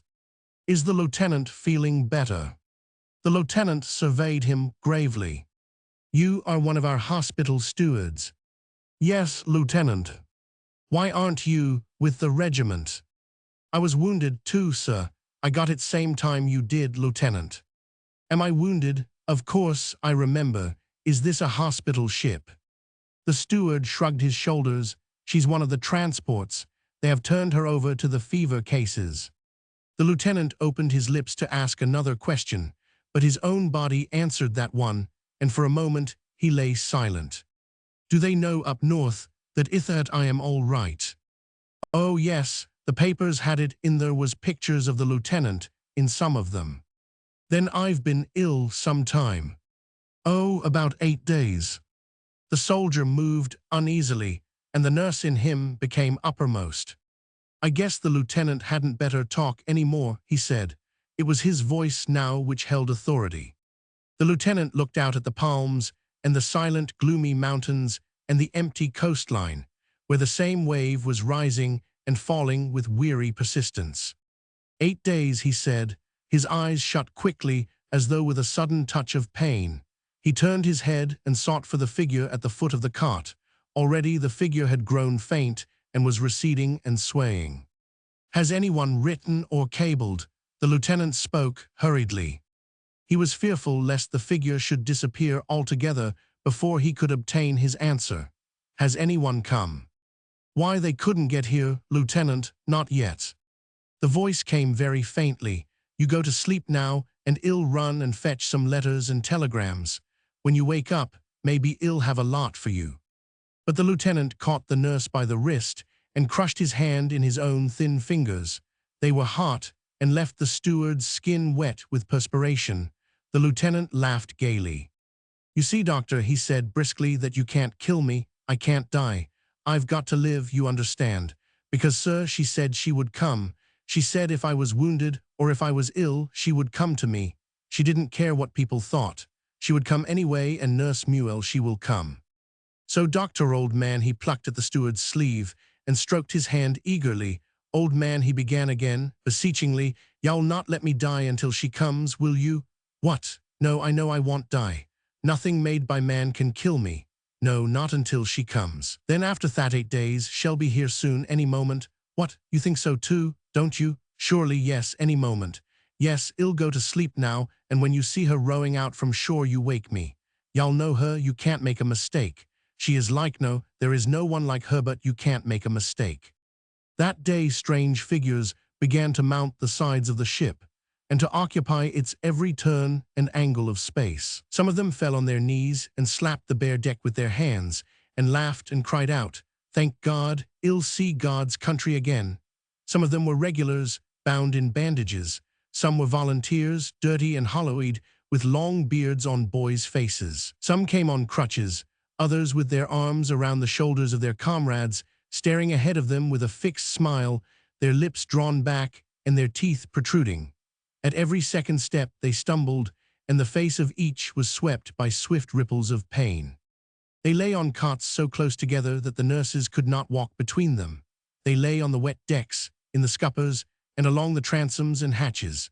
They were like shipwrecked mariners clinging to a raft, and they asked nothing more than that the ship's bow be turned toward home. Once satisfied as to that, they relaxed into a state of self-pity and miserable oblivion to their environment, from which hunger nor nausea nor aching bones could shake them. The hospital steward touched the lieutenant lightly on the shoulder. "We are going north, sir," he said. "The transport's ordered north to New York, with these volunteers and the sick and wounded. Do you hear me, sir?" The lieutenant opened his eyes. "Has she come?" he asked. "Gee!" exclaimed the hospital steward. He glanced impatiently at the blue mountains and the yellow coast, from which the transport was drawing rapidly away. "Well, I can't see her coming just now," he said. "But she will," he added. "You let me know at once when she comes." "Why, certainly, of course," said the steward. 3 trained nurses came over the side just before the transport started north. One was a large, motherly-looking woman with a German accent. She had been a trained nurse, first in Berlin and later in the London hospital in Whitechapel and at Bellevue. The nurse was dressed in white and wore a little silver medal at her throat, and she was strong enough to lift a volunteer out of his cot and hold him easily in her arms, while one of the convalescents pulled his cot out of the rain. Some of the men called her nurse, others, who wore scapulars around their necks, called her sister, and the officers of the medical staff addressed her as Miss Bergen. Miss Bergen halted beside the cot of the lieutenant and asked, "Is this the fever case you spoke about, doctor, the one you want moved to the officer's ward?" She slipped her hand up under his sleeve and felt his wrist. "His pulse is very high," she said to the steward. "When did you take his temperature?" She drew a little morocco case from her pocket and from that took a clinical thermometer, which she shook up and down, eyeing the patient meanwhile with a calm, impersonal scrutiny. The lieutenant raised his head and stared up at the white figure beside his cot. His eyes opened and then shut quickly, with a startled look, in which doubt struggled with wonderful happiness. His hand stole out fearfully and warily until it touched her apron, and then, finding it was real, he clutched it desperately, and twisting his face and body toward her, pulled her down, clasping her hands in both of his, and pressing them close to his face and eyes and lips. He put them from him for an instant, and looked at her through his tears. "Sweetheart," he whispered, "sweetheart, I knew you'd come." As the nurse knelt on the deck beside him, her thermometer slipped from her fingers and broke, and she gave an exclamation of annoyance. The young doctor picked up the pieces and tossed them overboard. Neither of them spoke, but they smiled appreciatively. The lieutenant was looking at the nurse with the wonder and hope and hunger of soul in his eyes, with which a dying man looks at the cross the priest holds up before him. What he saw where the German nurse was kneeling was a tall, fair girl with great bands and masses of hair, with a head rising like a lily from a firm, white throat, set on broad shoulders above a straight back, and sloping breast, a tall, beautiful creature, half girl, half woman, who looked back at him shyly but steadily. "Listen," he said. The voice of the sick man was so sure and so sane that the young doctor started and moved nearer to the head of the cot. "Listen, dearest," the lieutenant whispered. "I wanted to tell you before I came south, but I did not dare, and then I was afraid something might happen to me, and I could never tell you, and you would never know. So I wrote it to you in the will I made at Baquerie, the night before the landing. If you hadn't come now, you would have learned it in that way. You would have read there that there never was anyone but you. The rest were all dream people, foolish, silly-mad. There is no one else in the world but you. You have been the only thing in life that has counted. I thought I might do something down here that would make you care, but I got shot going up a hill, and after that I wasn't able to do anything. It was very hot, and the hills were on fire, and they took me prisoner and kept me tied down here, burning on these coals. I can't live much longer, but now that I have told you, I can have peace. They tried to kill me before you came, but they didn't know I loved you. They didn't know that men who love you can't die. They tried to starve my love for you, to burn it out of me. They tried to reach it with their knives. But my love for you is my soul, and they can't kill a man's soul. Dear heart, I have lived because you lived. Now that you know that you understand, what does it matter?" Miss Bergen shook her head with great vigor. "Nonsense," she said cheerfully. "You are not going to die. As soon as we move you out of this rain and some food cook." "Good God," cried the young doctor savagely, "do you want to kill him?"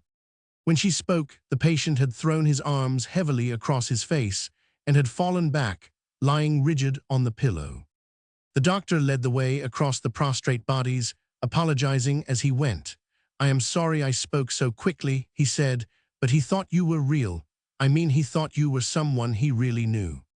"He was just delirious," said the German nurse calmly. The doctor mixed himself a scotch and soda and drank it with a single gesture. "Ah," he said to the wardroom, "I feel as though I'd been opening another man's letters." The transport drove through the empty seas with heavy, clumsy upheavals, rolling like a buoy. Having been originally intended for the freight-carrying trade, she had no sympathy with hearts that beat for a sight of their native land, or for lives that counted their remaining minutes by the throbbing of her engines. Occasionally, without apparent reason, she was thrown violently from her course, but it was invariably the case that when her stern went to starboard, something splashed in the water on her port side and drifted past her, until, when it had cleared the blades of her propeller, a voice cried out, and she was swung back on her homebound track again. The lieutenant missed the familiar palms and the tiny blockhouse, and seeing nothing beyond the iron rails but great wastes of gray water, he decided he was on board a prison ship, or that he had been strapped to a raft and cast adrift. People came for hours at a time and stood at the foot of his cot and talked with him, and he to them, people he had loved and people he had long forgotten, some of whom he had thought were dead. One of them he could have sworn he had seen buried in a deep trench and covered with branches of palmetto. He had heard the bugler, with tears choking him, sound taps, and with his own hand he had placed the dead man's campaign hat on the mound of fresh earth above the grave. Yet here he was still alive, and he came with other men of his troop to speak to him. But when he reached out to them, they were goneth real and the unreal, the dead and the living, and even she disappeared whenever he tried to take her hand, and sometimes the hospital steward drove her away. "Did that young lady say when she was coming back again?" he asked the steward. "The young lady? What young lady?" asked the steward wearily. "The one who has been sitting there," he answered. He pointed with his gaunt hand at the man in the next cot. "Oh, that young lady. Yes, she's coming back. She's just gone below to fetch you some hardtack." The young volunteer in the next cot whined grievously. "That crazy man gives me the creeps," he groaned. "He's always waking me up and looking at me as though he was going to eat me." "Shut your head," said the steward. "He's a better man crazy than you'll ever be with the little sense you've got. And he has 2 Mauser holes in him. Crazy, eh? It's a damned good thing for you that there was about 4,000 of us regulars just as crazy as him, or you'd never seen the top of the hill." One morning there was a great commotion on deck, and all the convalescents balanced themselves on the rail, shivering in their pajamas, and pointed one way. The transport was moving swiftly and smoothly through water as flat as a lake, and making a great noise with her steam whistle. The noise was echoed by many more steam whistles, and the ghosts of outbound ships and tugs and excursion steamers ran past her out of the mist and disappeared, saluting joyously. All of the excursion steamers had a heavy list to the side nearest the transport, and the ghosts on them crowded to that rail and waved handkerchiefs and cheered. The fog lifted suddenly, and between the iron rails, the lieutenant saw high green hills on either side of a great harbor. Houses and trees and thousands of masts swept past like a panorama, and beyond was a mirage of 3 cities, with curling smoke wreaths and sky-reaching buildings, and a great swinging bridge, and a giant statue of a woman waving a welcome home. The lieutenant surveyed the spectacle with cynical disbelief. He was far too wise and far too cunning to be bewitched by it. In his heart, he pitied the men about him, who laughed wildly and shouted and climbed recklessly to the rails and ratlins. He had been deceived too often not to know that it was not real. He knew from cruel experience that in a few moments the tall buildings would crumble away. The thousands of columns of white smoke that flashed like snow in the sun, the busy, shrieking tugboats, and the great statue would vanish into the sea, leaving it gray and bare. He closed his eyes and shut the vision out. It was so beautiful that it tempted him, but he would not be mocked, and he buried his face in his hands. They were carrying the farce too far, he thought. It was really too absurd, for now they were at a wharf which was so real that, had he not known by previous suffering, he would have been utterly deceived by it. And there were great crowds of smiling, cheering people, and a waiting guard of honor in fresh uniforms, and rows of police pushing the people this way and that. And these men about him were taking it all quite seriously and making ready to disembark, carrying their blanketrolls and rifles with them. A band was playing joyously, and the man in the next cart, who was being lifted to a stretcher, said, "There's the governor and his staff. That's him in the high hat." It was really very well done. The custom house and the elevated railroad and castle garden were as like to life as a photograph, and the crowd was as well handled as a mob in a play. His heart ached for it so that he could not bear the pain, and he turned his back on it. It was cruel to keep it up so long. His keeper lifted him in his arms and pulled him into a dirty uniform which had belonged, apparently, to a much larger Mana man who had been killed probably, for there were dark brown marks of blood on the tunic and breeches. When he tried to stand on his feet, castle garden and the battery disappeared in a black cloud of night, just as he knew they would. But when he opened his eyes from the stretcher, they had returned again.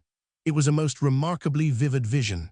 They kept it up so well. Now the young doctor and the hospital steward were pretending to carry him down a gangplank and into an open space, and he saw quite close to him a long line of policemen, and behind them thousands of faces, some of them women's face women who pointed at him and then shook their heads and cried, and pressed their hands to their cheeks, still looking at him. He wondered why they cried. He did not know them, nor did they know him. No one knew him. These people were only ghosts. There was a quick parting in the crowd. A man he had once known shoved 2 of the policemen to one side, and he heard a girl's voice speaking his name, like a sob, and she came running out across the open space and fell on her knees beside the stretcher and bent down over him, and he was clasped in 2 young, firm arms. Of course it is not real, of course it is not she, he assured himself, because she would not do such a thing. Before all these people she would not do it. But he trembled, and his heart throbbed so cruelly that he could not bear the pain. She was pretending to cry. "They wired us you had started for Tampa on the hospital ship," she was saying, "and Aunt and I went all the way there before we heard you had been sent north. We have been on the cars a week. That is why I missed you. Do you understand? It was not my fault. I tried to come. Indeed, I tried to come." She turned her head and looked up fearfully at the young doctor. "Tell me, why does he look at me like that?" she asked. "He doesn't know me. Is he very ill? Tell me the truth." She drew in her breath quickly. "Of course you will tell me the truth." When she asked the question, he felt her arms draw tight about his shoulders. It was as though she was holding him to herself and from someone who had reached out for him. In his trouble, he turned to his old friend and keeper. His voice was hoarse and very low. "Is this the same young lady who was on the transport, one you used to drive away?" In his embarrassment, the hospital steward blushed under his tan and stammered. "Of course it's the same young lady," the doctor answered briskly, "and I won't let them drive her away." He turned to her, smiling gravely. "I think his condition has ceased to be dangerous, madam," he said. People who in a former existence had been his friends and her brother gathered about his stretcher and bore him through the crowd and lifted him into a carriage filled with cushions, among which he sank lower and lower. Then she sat beside him, and he heard her brother say to the coachman, "Home, and drive slowly and keep on the asphalt." The carriage moved forward, and she put her arm about him and his head fell on her shoulder, and neither of them spoke. The vision had lasted so long now that he was torn with the joy that after all it might be real. But he could not bear the awakening if it were not, so he raised his head fearfully and looked up into the beautiful eyes above him. His brows were knit, and he struggled with a great doubt and an awful joy. "Dearest," he said, "is it real?" "Is it real?" she repeated. Even as a dream, it was so wonderfully beautiful that he was satisfied if it could only continue so, if but for a little while. "Do you think," he begged again, trembling, "that it is going to last much longer?" She smiled and, bending her head slowly, kissed him. "It is going to last always," she said. The man with one talent. The mass meeting in the Madison Square Garden, which was to help set Cuba free, was finished, and the people were pushing their way out of the overheated building into the snow and sleet of the streets. They had been greatly stirred, and the spell of the last speaker still hung so heavily upon them that as they pressed down the long corridor, they were still speaking loudly in his praise. A young man moved eagerly amongst them and pushed his way to wherever a voice was raised above the rest. He strained forward, listening openly, as though he tried to judge the effect of the meeting by the verdict of those about him. But the words he overheard seemed to clash with what he wished them to be, and the eager look on his face changed to one of doubt and of grave disappointment. When he had reached the sidewalk, he stopped and stood looking back alternately into the lighted hall and at the hurrying crowds which were dispersing rapidly. He made a movement as though he would recall them, as though he felt they were still unconvinced, as though there was much still left unsaid. A fat stranger halted at his elbow to light his cigar, and glancing up, nodded his head approvingly. "Fine speaker, Senator Stanton, ain't he?" he said. The young man answered eagerly. "Yes," he assented, "he is a great orator, but how could he help but speak well with such a subject?" "Oh, you ought to have heard him last November at Tammany Hall," the fat stranger answered. "He wasn't quite up to himself tonight. He wasn't so interested.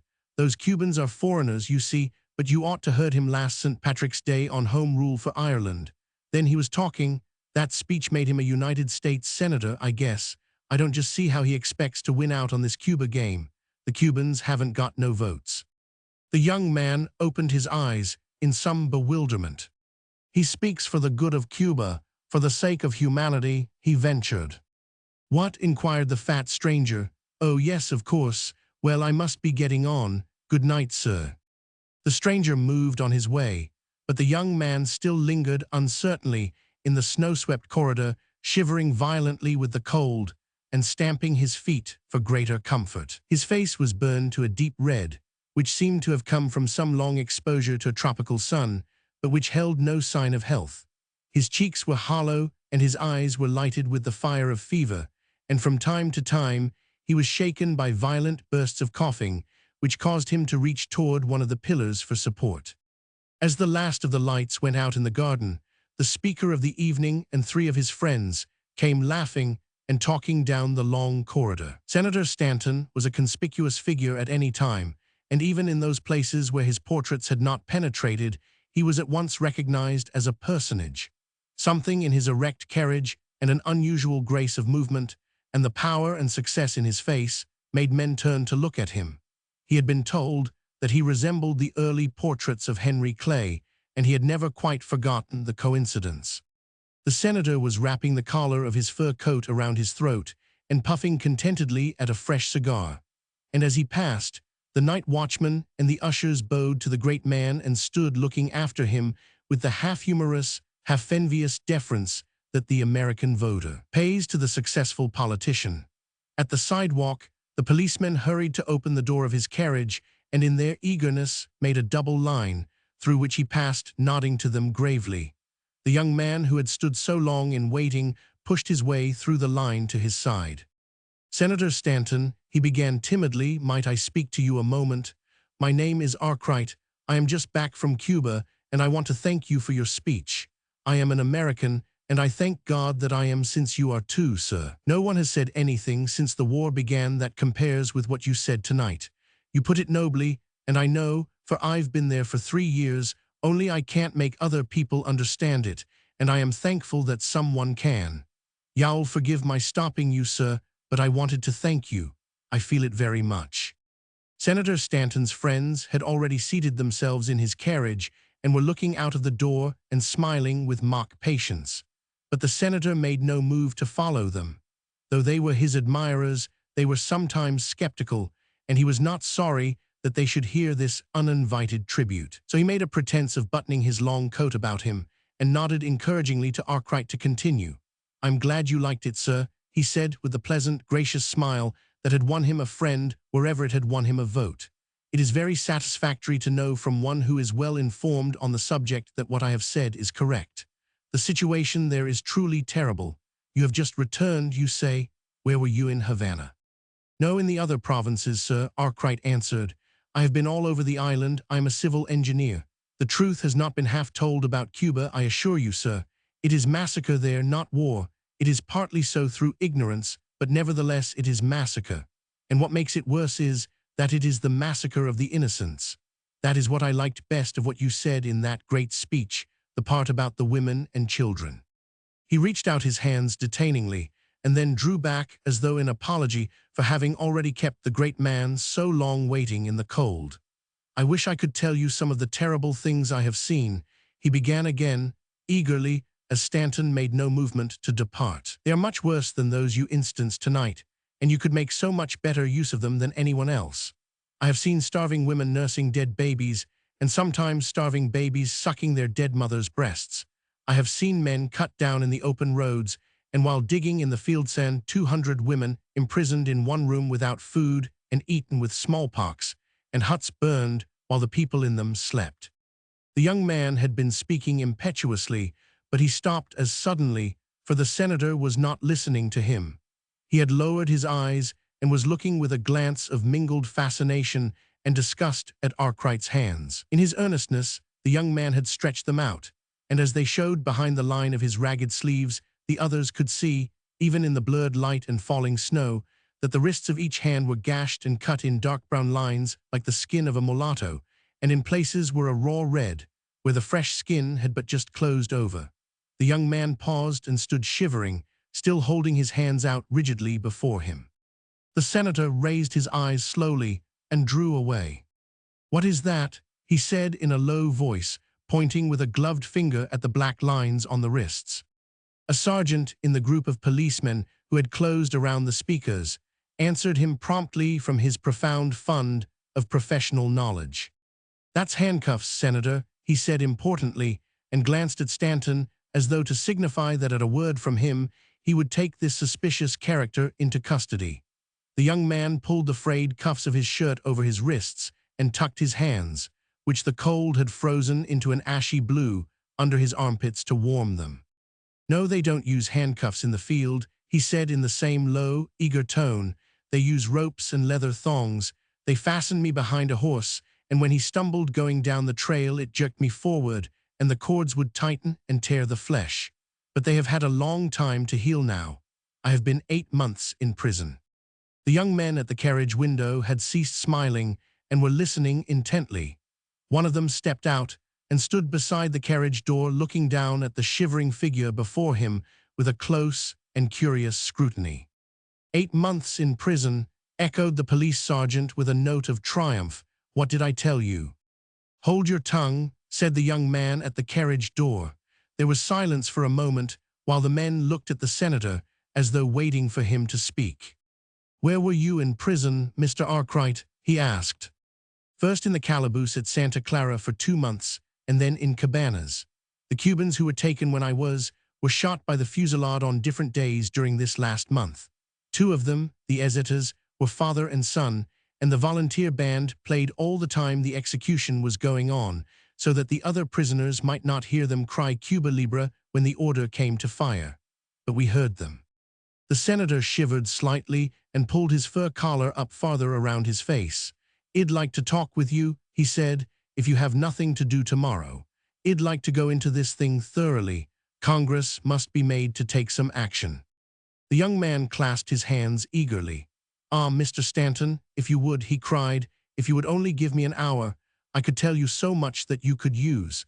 And you can believe what I say, sir. It is not necessary to lie. God knows the truth is bad enough. I can give you names and dates for everything I say, or I can do better than that, sir. I can take you there yourself in 3 months. I can show you all you need to see, without danger to you in any way. And they would not know me, now that I have grown a beard, and I am a skeleton to what I was. I can speak the language well, and I know just what you should see, and then you could come back as one speaking with authority and not have to say, 'I have read,' or 'have been told,' but you can say, 'These are the things I have seen,' and you could free Cuba." The senator coughed and put the question aside for the moment with a wave of the hand that held his cigar. "We will talk of that tomorrow also. Come to lunch with me at 1. My apartments are in the Berkeley on 5th Avenue. But aren't you afraid to go back there?" he asked curiously. "I should think you'd had enough of it. And you've got a touch of fever, haven't you?" He leaned forward and peered into the other's eyes. "It is only the prison fever," the young man answered. "Food and this cold will drive that out of me, and I must go back. There is so much to do there," he added. "Ah, if I could tell them, as you can tell them, what I feel here." He struck his chest sharply with his hand, and on the instant fell into a fit of coughing so violent that the young man at the carriage door caught him around the waist, and one of the policemen supported him from the other side. "You need a doctor," said the senator kindly. "I'll ask mine to have a look at you. Don't forget then, at 1 o'clock tomorrow, we will go into this thing thoroughly." He shook Arkwright warmly by the hand and, stooping, stepped into the carriage. The young man who had stood at the door followed him and crowded back luxuriously against the cushions. The footman swung himself up beside the driver and said "Uptown Delmonico's" as he wrapped the fur rug around his legs, and with a salute from the policeman and a scraping of hoofs on the slippery asphalt, the great man was gone. "That poor fellow needs a doctor," he said as the carriage rolled up the avenue, "and he needs an overcoat, and he needs food. He needs about almost everything by the looks of him." But the voice of the young man in the corner of the carriage objected drowsily. "On the contrary," he said, "it seemed to me that he had the one thing needful." By 1 o'clock of the day following, Senator Stanton, having read the reports of his speech in the morning papers, punctuated with cheers, tremendous enthusiasm, and more cheers, was still in a willing frame of mind toward Cuba and her self-appointed envoy, young Mr. Arkwright. Overnight he had had doubts, but that the young man's enthusiasm would bore him on the morrow. But Mr. Arkwright, when he appeared, developed, on the contrary, a practical turn of mind which rendered his suggestions both flattering and feasible. He was still terribly in earnest, but he was clever enough or serious enough to see that the motives which appealed to him might not have sufficient force to move a successful statesman into action. So he placed before the senator only those arguments and reasons which he guessed were the best adapted to secure his interest and his help. His proposal, as he set it forth, was simplicity itself. "Here is a map of the island," he said. On it I have marked the places you can visit in safety and where you will meet the people you ought to see. If you leave New York at midnight, you can reach Tampa on the second day. From Tampa, we cross in another day to Havana. There you can visit the Americans imprisoned in Morro and Cabanas, and in the streets, you can see the starving Pacificos. From Havana, I shall take you by rail to Jucaro, Matanzas, Santa Clara, and Cienfuegos. You will not be able to see the insurgents in the fields. It is not necessary that you should, but you can visit one of the sugar plantations, and some of the insurgent chiefs will run the forts by night and come in to talk with you. I will show you burning fields and houses and starving men and women by the thousands, and men and women dying of fevers. You can see Cuban prisoners shot by a firing squad, and you can note how these rebels meet death. You can see all this in 3 weeks and be back in New York in a month, as anyone can see it who wishes to learn the truth. Why English members of Parliament go all the way to India and British Columbia to inform themselves about those countries. They travel thousands of miles, but only one member of either of our houses of Congress has taken the trouble to cross these 80 miles of water that lie between us and Cuba. You can either go quietly and incognito, as it were, or you can advertise the fact of your going, which would be better. And from the moment you start, the interest in your visit will grow and increase until there will be no topic discussed in any of our papers except yourself and what you are doing and what you mean to do. By the time you return, the people will be waiting, ready and eager to hear whatever you may have to say. Your word will be the last word for them. It is not as though you were some demagogue seeking notoriety or a hotel piazza correspondent at Key West or Jacksonville. You are the only statesman we have, the only orator Americans will listen to, and I tell you that when you come before them and bring home to them, as only you can, the horrors of this war, you will be the only man in this country. You will be the Patrick Henry of Cuba. You can go down to history as the man who added the most beautiful island in the seas to the territory of the United States, who saved thousands of innocent children and women, and who dared to do what no other politician has dared to go and see for himself, and to come back and speak the truth. It only means a month out of your life, a month's trouble and discomfort, but with no risk. What is a month out of a lifetime, when that month means immortality to you and life to thousands? In a month, you would make a half-dozen after-dinner speeches and cause your friends to laugh and applaud. Why not wring their hearts instead and hold this thing up before them as it is and shake it in their faces? Show it to them in all its horror, bleeding, diseased and naked, an offense to our humanity and to our prated love of liberty and to our God. The young man threw himself eagerly forward and beat the map with his open palm. But the senator sat apparently unmoved, gazing thoughtfully into the open fire, and shook his head. While the luncheon was in progress, the young gentleman, who the night before had left the carriage and stood at Arkwright's side, had entered the room and was listening intently. He had invited himself to some fresh coffee and had then relapsed into an attentive silence, following what the others said with an amused and interested countenance. Stanton had introduced him as Mr. Livingstone, and appeared to take it for granted that Arkwright would know who he was. He seemed to regard him with a certain deference which Arkwright judged was due to some fixed position the young man held, either of social or of political value. "I do not know," said Stanton with consideration, "that I am prepared to advocate the annexation of the island. It is a serious problem." "I'm not urging that," Arkwright interrupted anxiously. "The Cubans themselves do not agree as to that, and in any event it is an afterthought. Our object now should be to prevent further bloodshed. If you see a man beating a boy to death, you first save the boy's life and decide afterward where he is to go to school. If there were anyone else, Senator," Arkwright continued earnestly, "I would not trouble you. We all know your strength in this country. You are independent and fearless, and men of both parties listen to you. Surely, God has given you this great gift of oratory, if you will forgive my speaking so, to use only in a great cause. A grand organ in a cathedral is placed there to lift men's thoughts to high resolves and purposes, not to make people dance. A street organ can do that. Now here is a cause worthy of your great talents, worthy of a Daniel Webster, of a Henry Clay." The senator frowned at the fire and shook his head doubtfully. "If they knew what I was down there for," he asked, "wouldn't they put me in prison too?" Arkwright laughed incredulously. "Certainly not," he said. "You would go there as a private citizen, as a tourist to look on and observe. Spain is not seeking complications of that sort. She has troubles enough without imprisoning United States senators. Yes, but these fevers now, persisted Stanton, there ain't no respecter of persons, I imagine. A United States senator is not above smallpox or cholera. Arkwright shook his head impatiently and sighed. It is difficult to make it clear to one who has not been there, he said. These people and soldiers are dying of fever because they are forced to live like pigs, and they are already sick with starvation. A healthy man like yourself would be in no more danger than you would be in walking through the wards of a New York hospital. Senator Stanton turned in his armchair and held up his hand impressively. If I were to tell them the things you have told me, he said warningly, if I were to say I have seen such things, American property in flames, American interests ruined, and that 5 times as many women and children have died of fever and starvation in 3 months in Cuba as the Sultan has massacred in Armenia in 3 years, it would mean war with Spain. Well, said Arkwright. Stanton shrugged his shoulders and sank back again in his chair.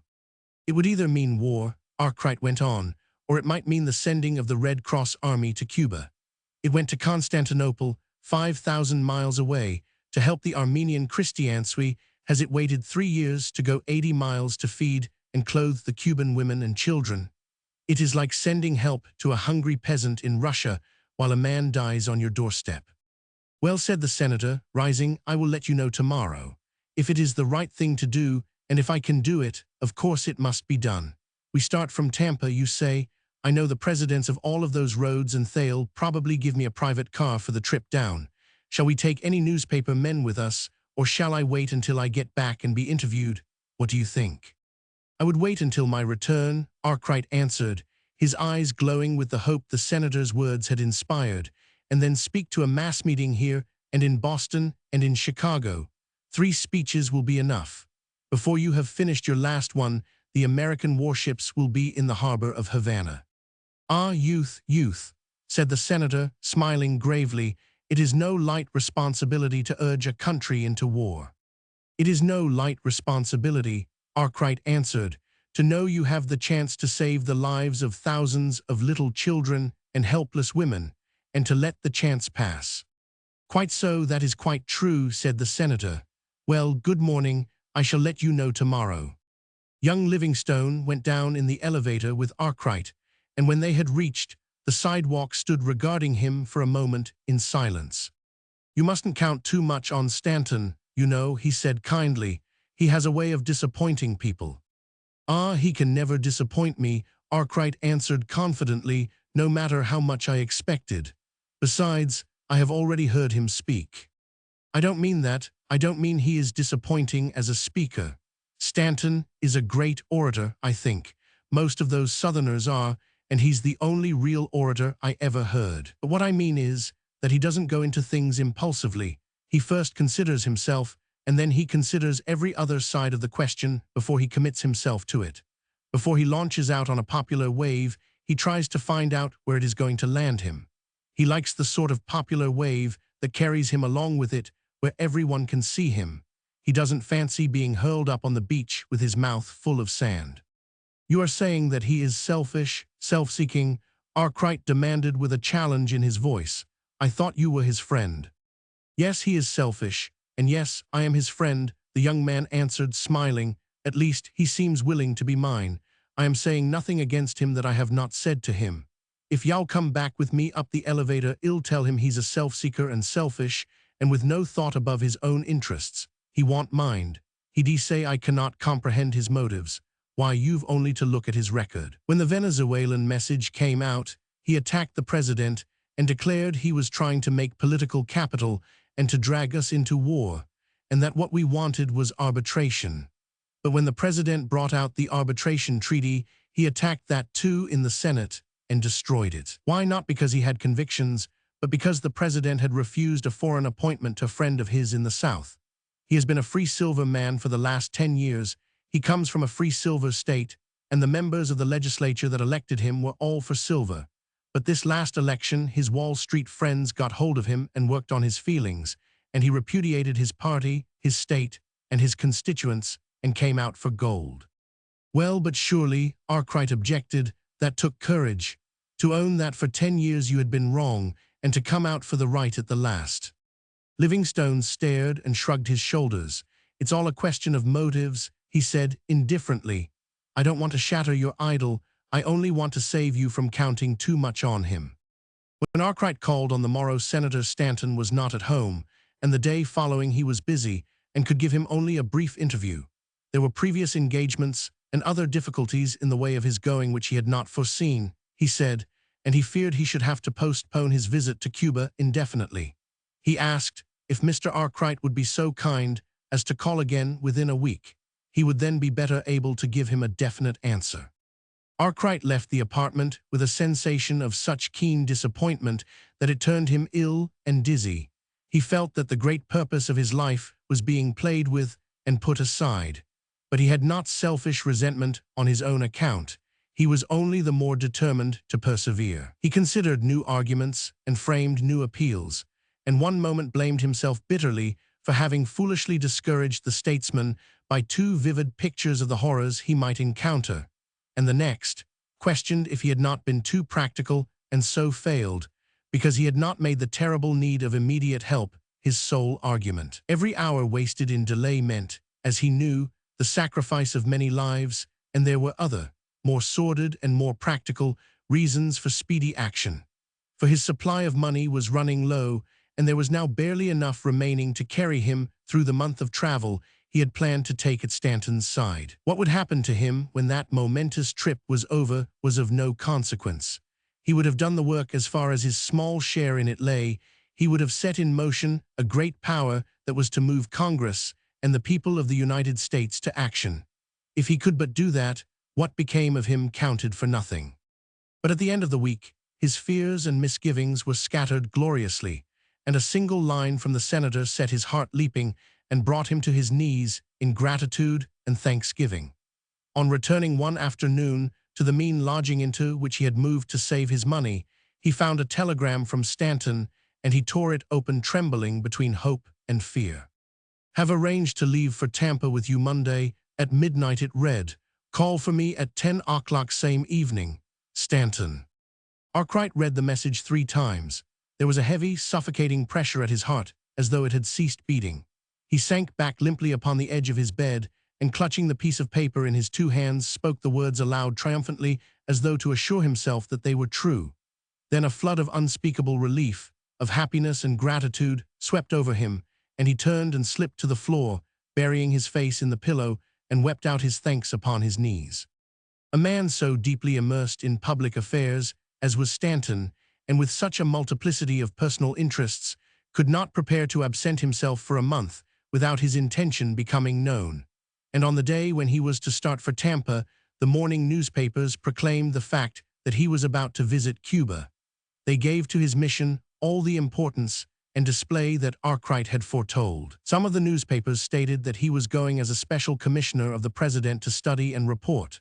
Others, that he was acting in behalf of the Cuban legation in Washington and had plenipotentiary powers. Opposition organs suggested that he was acting in the interests of the Sugar Trust, and his own particular organ declared that it was his intention to free Cuba at the risk of his own freedom, safety, and even life.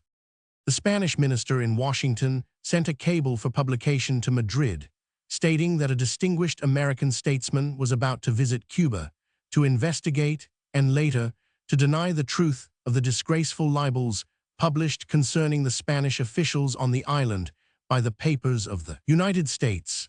At the same time, he cabled in cipher to the Captain General in Havana to see that the distinguished statesman was closely spied upon from the moment of his arrival until his departure, and to place on the suspect list all Americans and Cubans who ventured to give him any information. The afternoon papers enlarged on the importance of the visit and on the good that would surely come of it. They told that Senator Stanton had refused to be interviewed or to disclose the object of his journey. But it was enough, they said, that someone in authority was at last to seek out the truth, and added that no one would be listened to with greater respect than would the Southern senator. On this, all the editorial writers were agreed. The day passed drearily for Arkwright. Early in the morning, he packed his valise and paid his landlord, and for the remainder of the day walked the streets or sat in the hotel corridor, waiting impatiently for each fresh edition of the papers. In them, he read the signs of the great upheaval of popular feeling that was to restore peace and health and plenty to the island, for which he had given his last 3 years of energy and life. He was trembling with excitement, as well as with the cold, when at 10 o'clock precisely he stood at Senator Stanton's door. He had forgotten to eat his dinner, and the warmth of the dimly lit hall and the odor of rich food, which was wafted from an inner room, touched his senses with tantalizing comfort. "The senator says you are to come this way, sir," the servant directed. He took Arkwright's valise from his hand and parted the heavy curtains that hid the dining room, and Arkwright stepped in between them and then stopped in some embarrassment. He found himself in the presence of a number of gentlemen seated at a long dinner table, who turned their heads as he entered and peered at him through the smoke that floated in light layers above the white cloth. The dinner had been served, but the senator's guests still sat with their chairs pushed back from a table lighted by candles under yellow shades, and covered with beautiful flowers and with bottles of varied sizes in stands of quaint and intricate design. Senator Stanton's tall figure showed dimly through the smoke, and his deep voice hailed Arkwright cheerily from the farther end of the room. "This way, Mr. Arkwright," he said. "I have a chair waiting for you here." He grasped Arkwright's hand warmly and pulled him into the vacant place at his side. An elderly gentleman on Arkwright's other side moved to make more room for him and shoved a liqueur glass toward him with a friendly nod and pointed at an open box of cigars.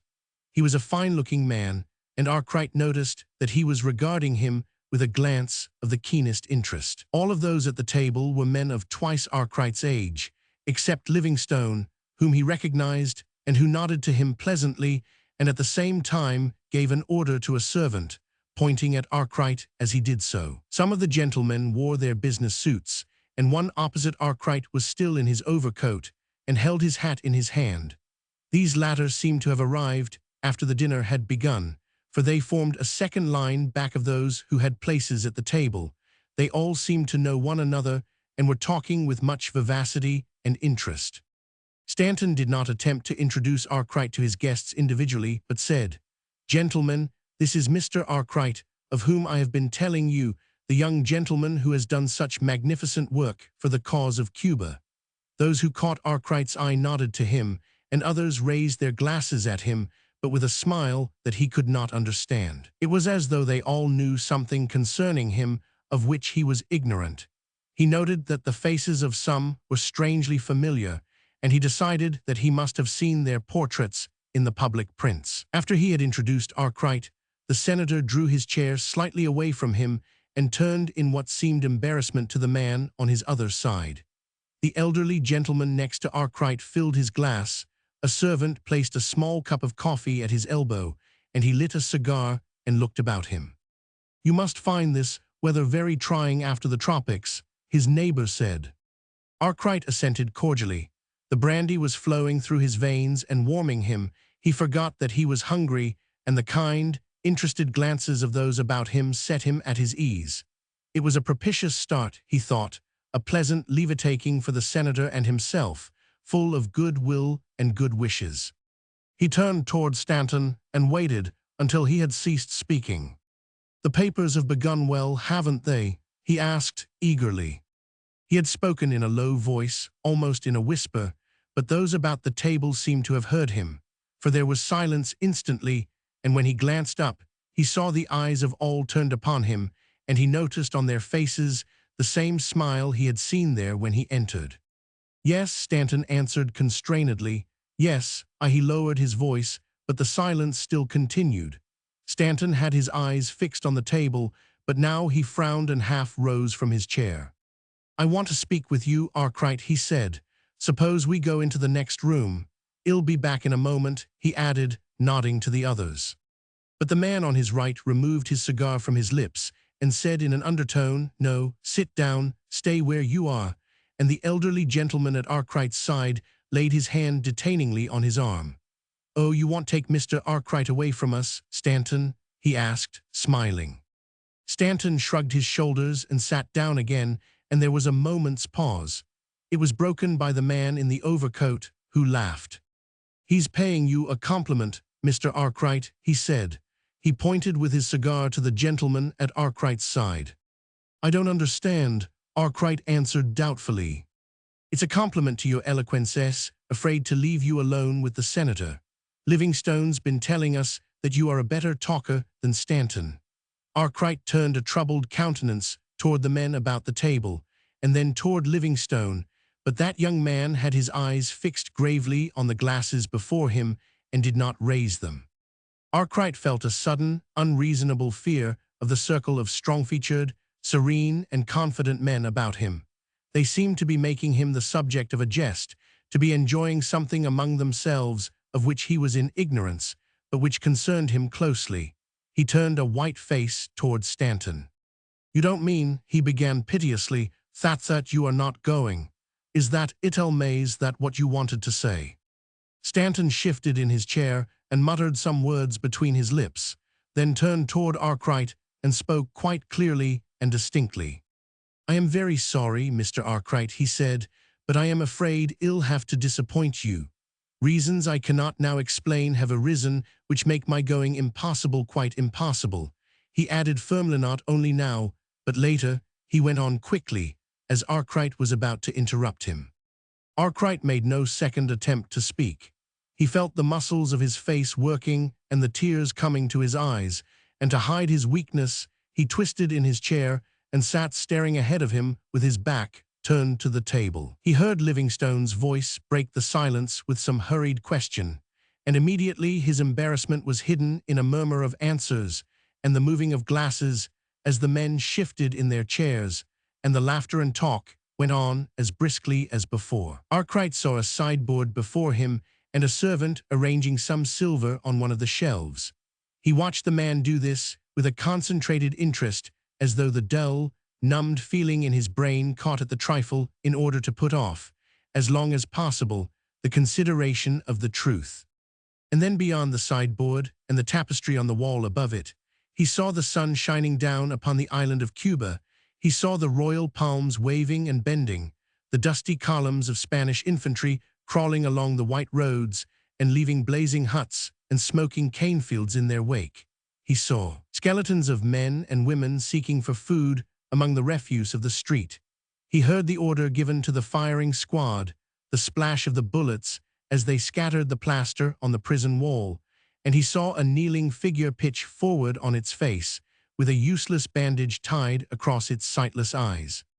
Senator Stanton brought him back with a sharp shake of the shoulder. He had also turned his back on the others and was leaning forward with his elbows on his knees. He spoke rapidly and in a voice only slightly raised above a whisper. "I am more than sorry, Arkwright," he said earnestly. "You mustn't blame me altogether. I have had a hard time of it this afternoon. I wanted to go. I really wanted to go. The thing appealed to me. It touched me. It seemed as if I owed it to myself to do it. But they were too many for me," he added with a backward toss of his head toward the men around his table. "If the papers had not told on me, I could have got well away," he went on in an eager tone, "but as soon as they read of it, they came here straight from their offices. You know who they are, don't you?" he asked, and even in his earnestness, there was an added touch of importance in his tone as he spoke the name of his party's leader, of men who stood prominently in Wall Street and who were at the head of great trusts. "You see how it is," he said with a shrug of his shoulders. "They have enormous interests at stake. They said I would drag them into war, that I would disturb values, that the business interests of the country would suffer. I am under obligations to most of them. They have advised me in financial matters, and they threatened to make it unpleasant for me." His voice hardened, and he drew in his breath quickly and laughed. "You wouldn't understand if I were to tell you. It's rather involved. And after all, they may be right. Agitation may be bad for the country. And your party leader, after all, is your party leader, isn't he? And if he says no, what are you to do? My sympathies are just as keen for these poor women and children as ever. But as these men say, charity begins at home, and we mustn't do anything to bring on war prices again or to send stocks tumbling about our heads, must we?" He leaned back in his chair again and sighed. "Sympathy is an expensive luxury, I find," he added. Arkwright rose stiffly and pushed Stanton away from him with his hand. He moved like a man coming out of a dream. "Don't talk to me like that," he said in a low voice. The noise about the table ended on the instant, but Arkwright did not notice that it had ceased. "You know I don't understand that," he went on. "What does it matter to me?"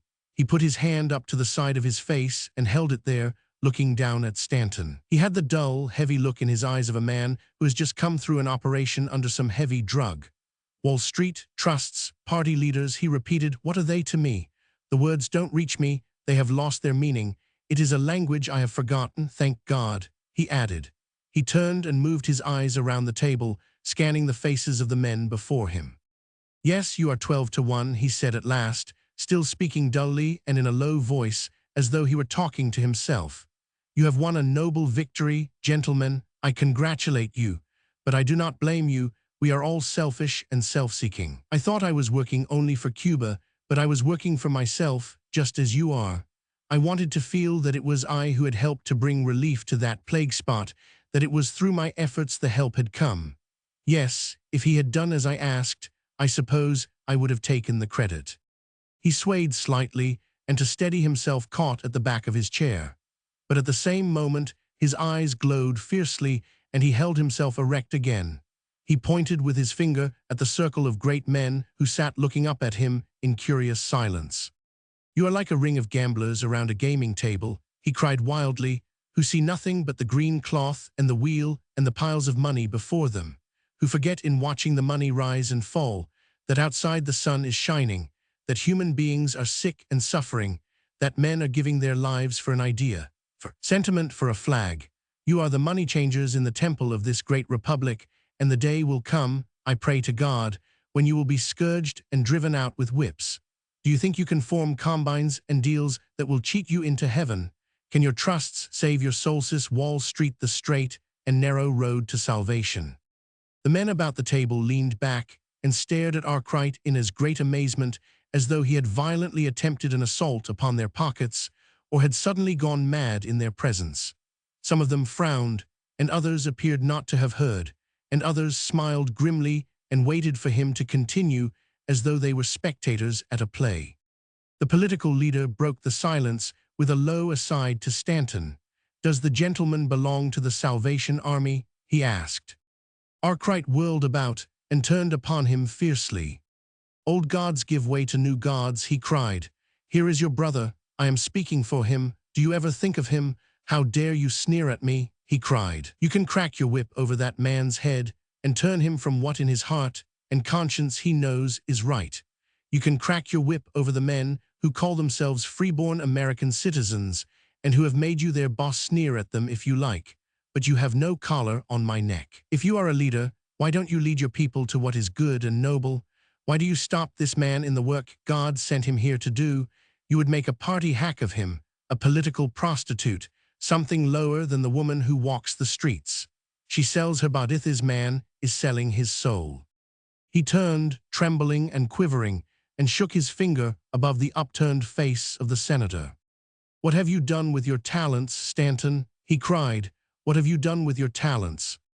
The man in the overcoat struck the table before him with his fist so that the glasses rang. "By God," he laughed, "I call him a better speaker than Stanton. Livingstone's right. He is better than Stanton, but he lacks Stanton's knack of making himself popular," he added. He looked around the table, inviting approbation with a smile, but no one noticed him nor spoke to break the silence. Arkwright heard the words dully and felt that he was being mocked. He covered his face with his hands and stood breathing brokenly. His body was still trembling with an excitement he could not master. Stanton rose from his chair and shook him by the shoulder. "Are you mad, Arkwright?" he cried. "You have no right to insult my guests or me. Be calm, control yourself." "What does it matter what I say?" Arkwright went on desperately. "I am mad. Yes, that is it, I am mad. They have won and I have lost, and it drove me beside myself. I counted on you. I knew that no one else could let my people go, but I'll not trouble you again. I wish you good night, sir, and goodbye. If I have been unjust, you must forget it." He turned sharply, but Stanton placed a detaining hand on his shoulder.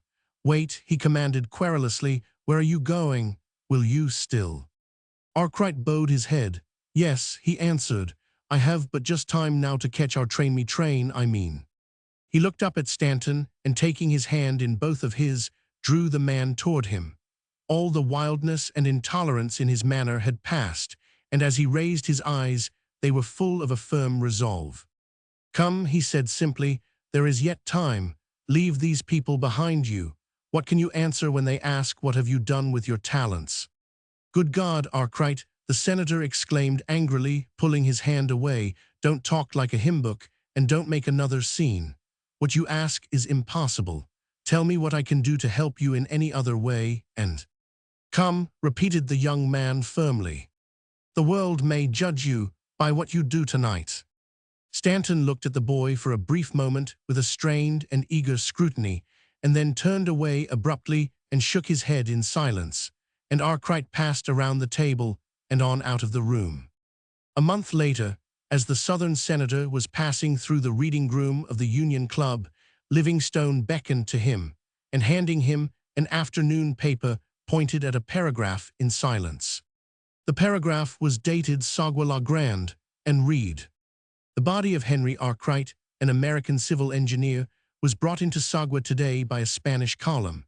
It was found lying in a road 3 miles beyond the line of forts. Arkwright was surprised by a guerrilla force while attempting to make his way to the insurgent camp, and on resisting was shot. The body has been handed over to the American consul for interment. It is badly mutilated." Stanton lowered the paper and stood staring out of the window at the falling snow and the cheery lights and bustling energy of the avenue. "Poor fellow," he said, "he wanted so much to help them, and he didn't accomplish anything, did he?" Livingstone stared at the older man and laughed shortly. "Well, I don't know," he said. "He died. Some of us only live." The vagrant.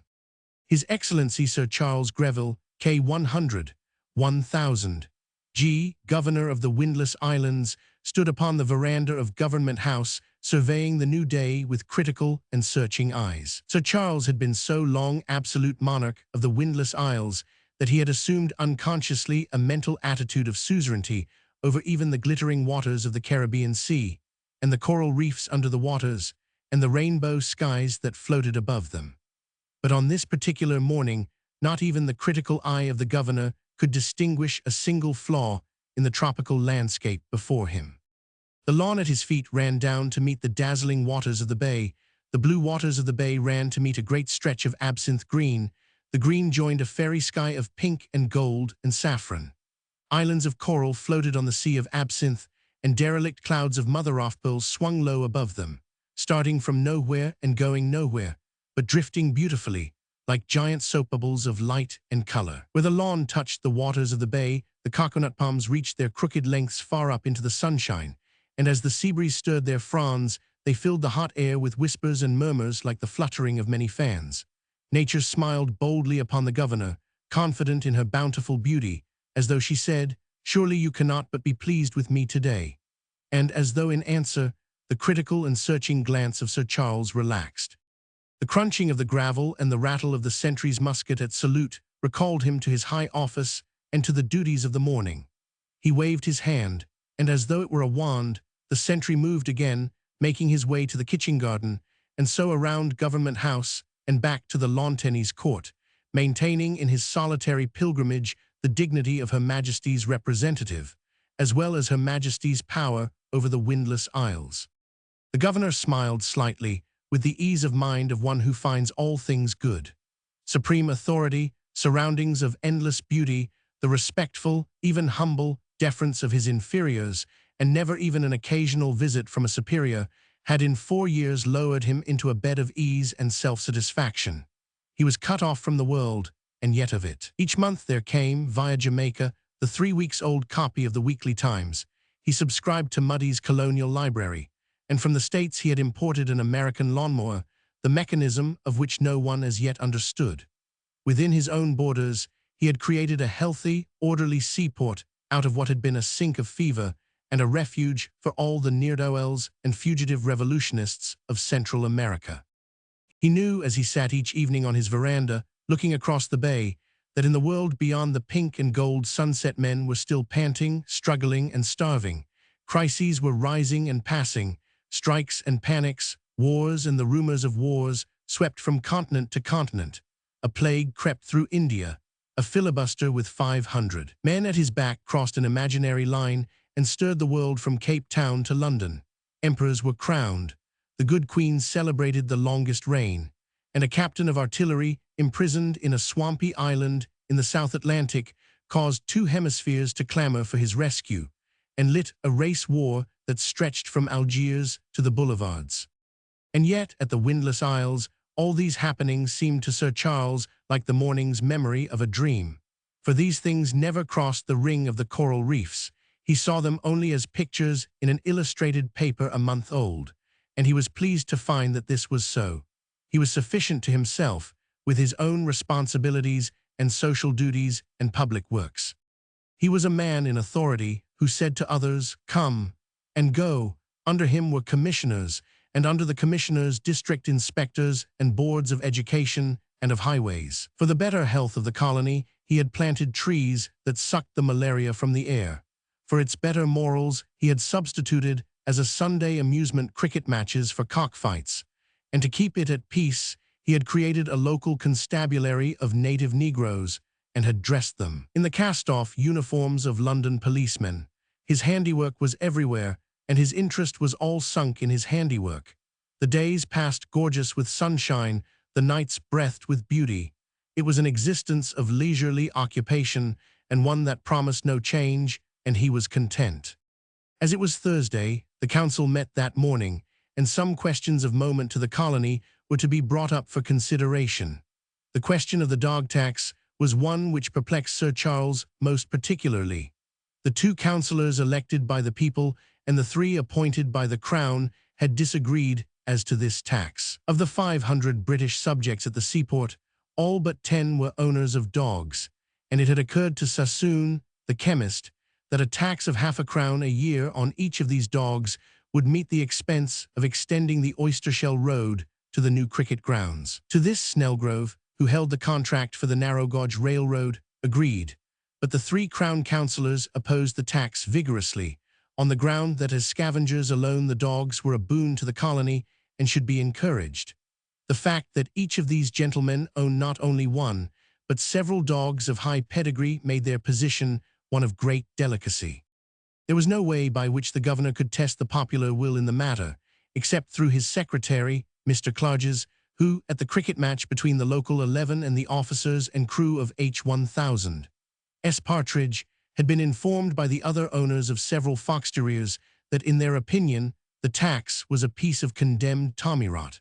From this, the governor judged that it would not prove a popular measure. As he paced the veranda, drawing deliberately on his cigar and considering to which party he should give the weight of his final support, his thoughts were disturbed by the approach of a stranger who advanced along the gravel walk, guarded on either side by one of the local constabulary.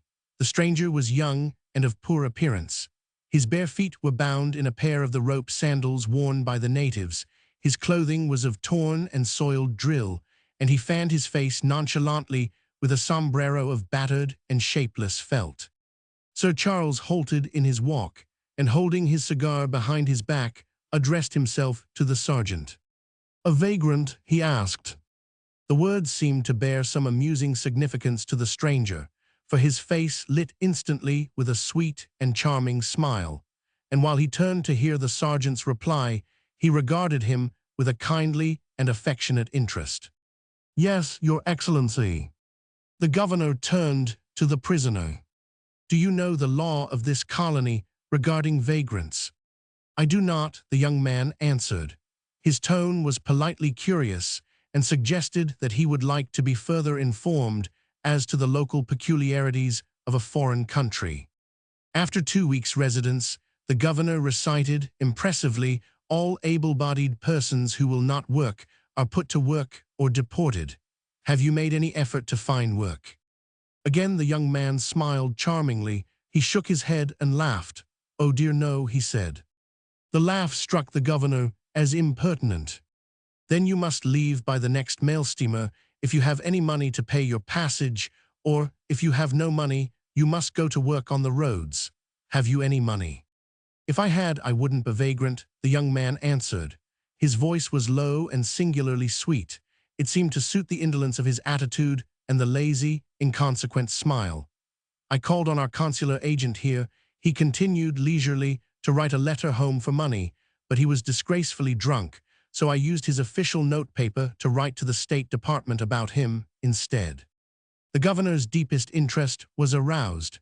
The American consular agent was one of the severest trials he was forced to endure. You are not a British subject, then? Ah, I see. Andrea representative was unable to assist you. He was drunk, the young man repeated placidly.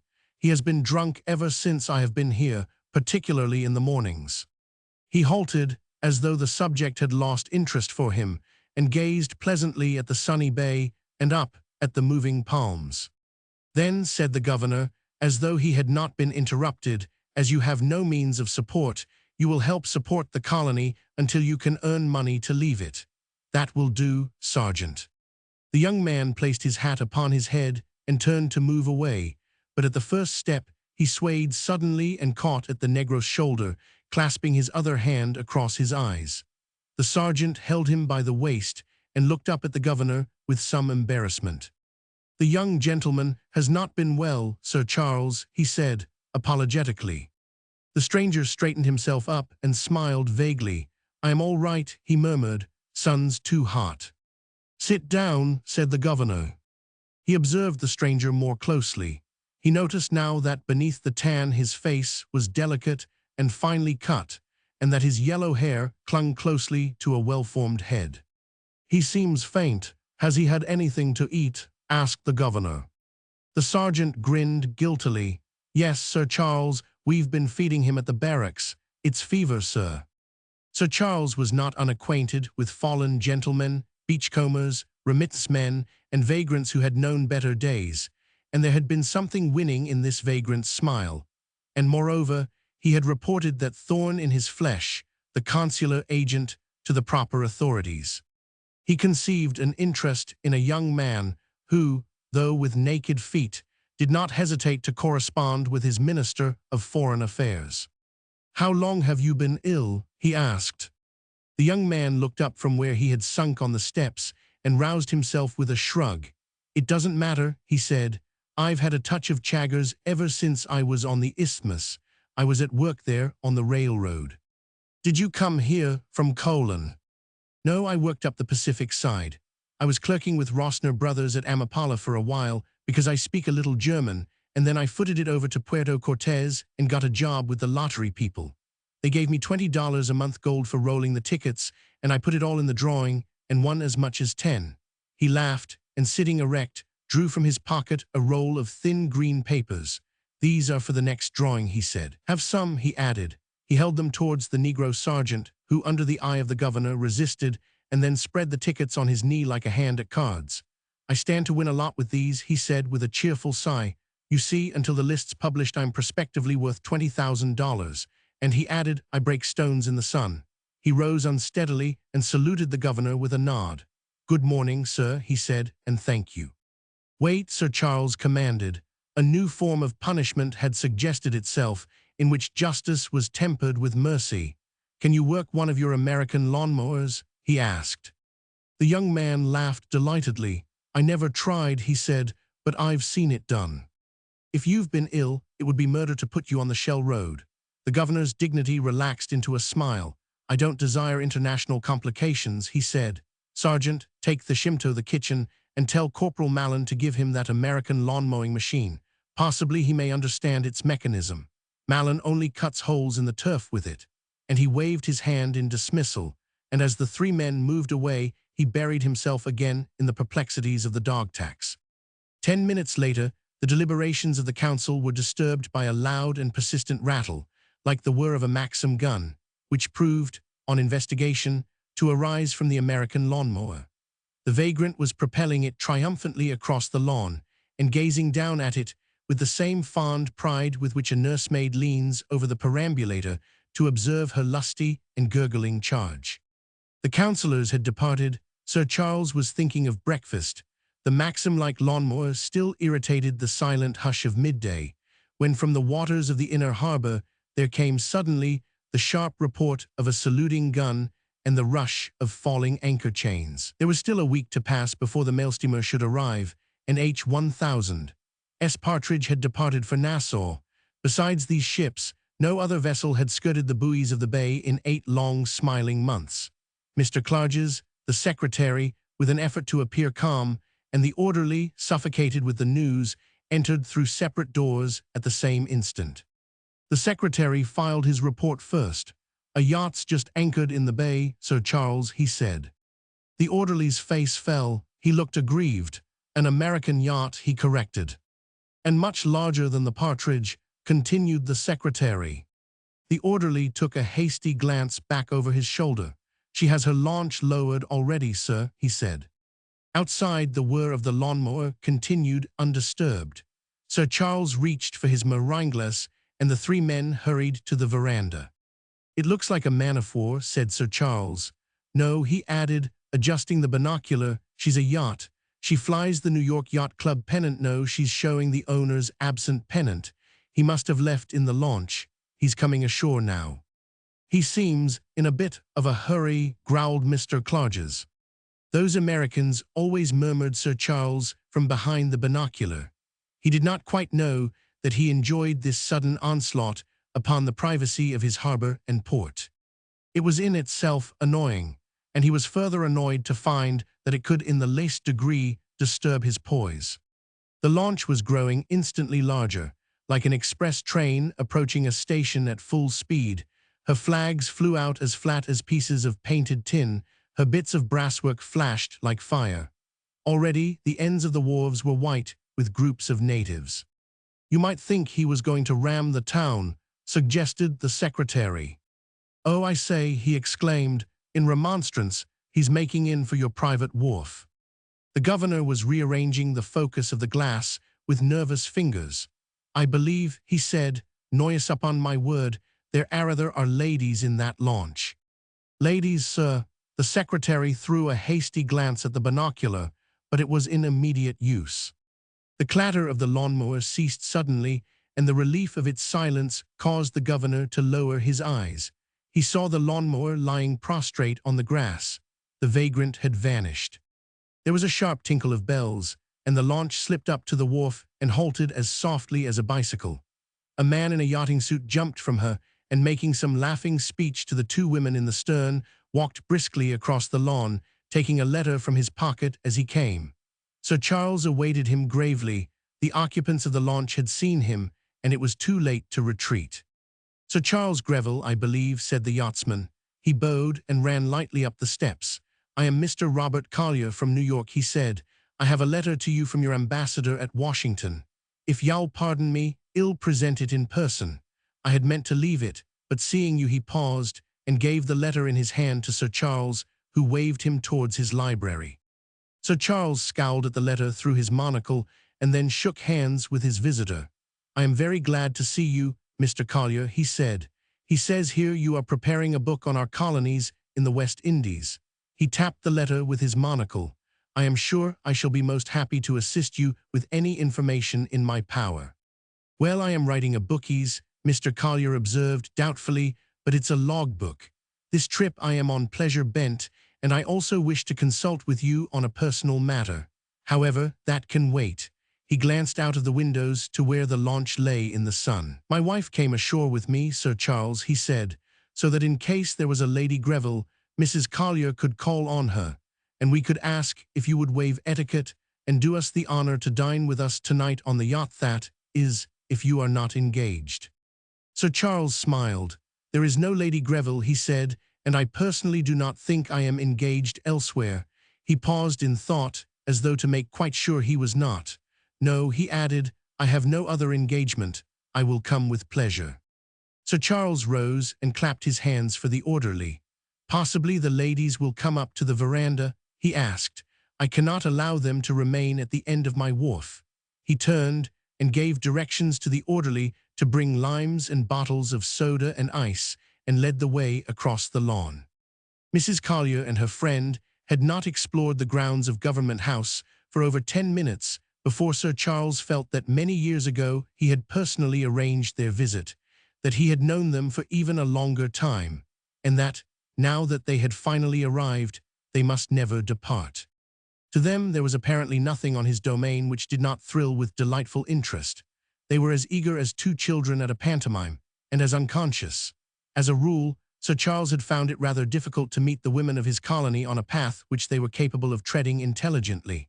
In fairness to them, he had always sought out some topic in which they could take an equal part, something connected with the conduct of children or the better ventilation of the new schoolhouse and chapel. But these newcomers did not require him to select topics of conversation.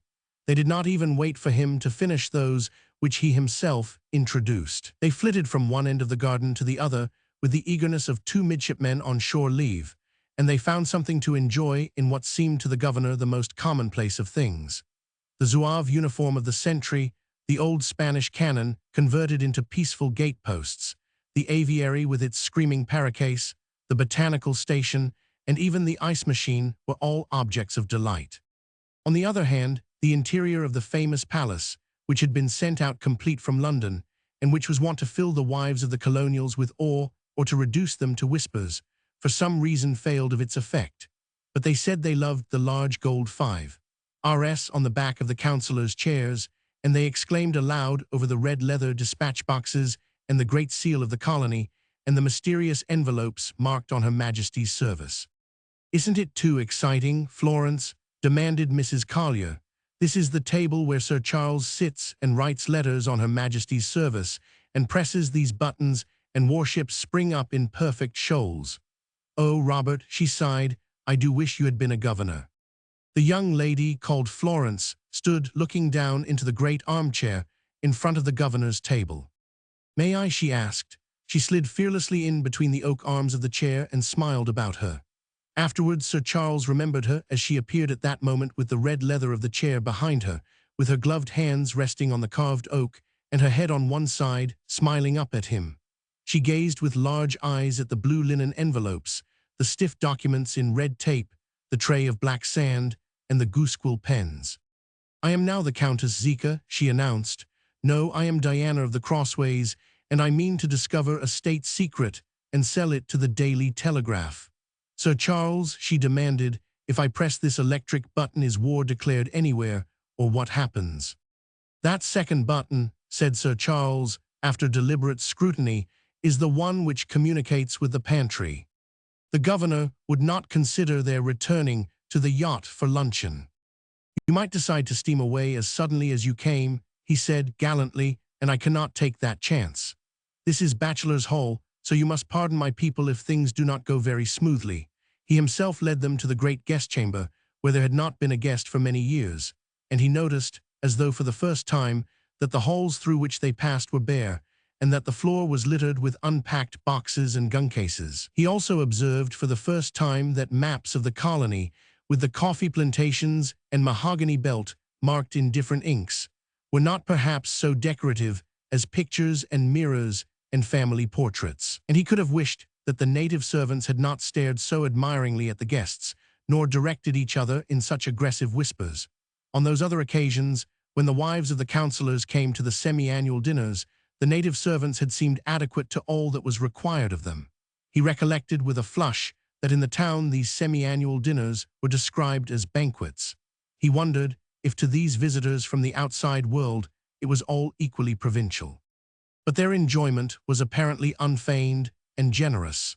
It was evident that they had known each other for many years, yet they received every remark that any of them made as though it had been pronounced by a new and interesting acquaintance. Sir Charles found it rather difficult to keep up with the talk across the table. They changed the subject so rapidly, and they half spoke of so many things without waiting to explain. He could not at once grasp the fact that people who had no other position in the world, save that of observers, were speaking so authoritatively of public men and public measures. He found, to his delight, that for the first time in several years he was not presiding at his own table, and that his guests seemed to feel no awe of him. "What's the use of a yacht nowadays?" Collier was saying. "What's the use of a yacht when you can go to sleep in a wagonlit at the Gare du Nord and wake up at Vladivostok?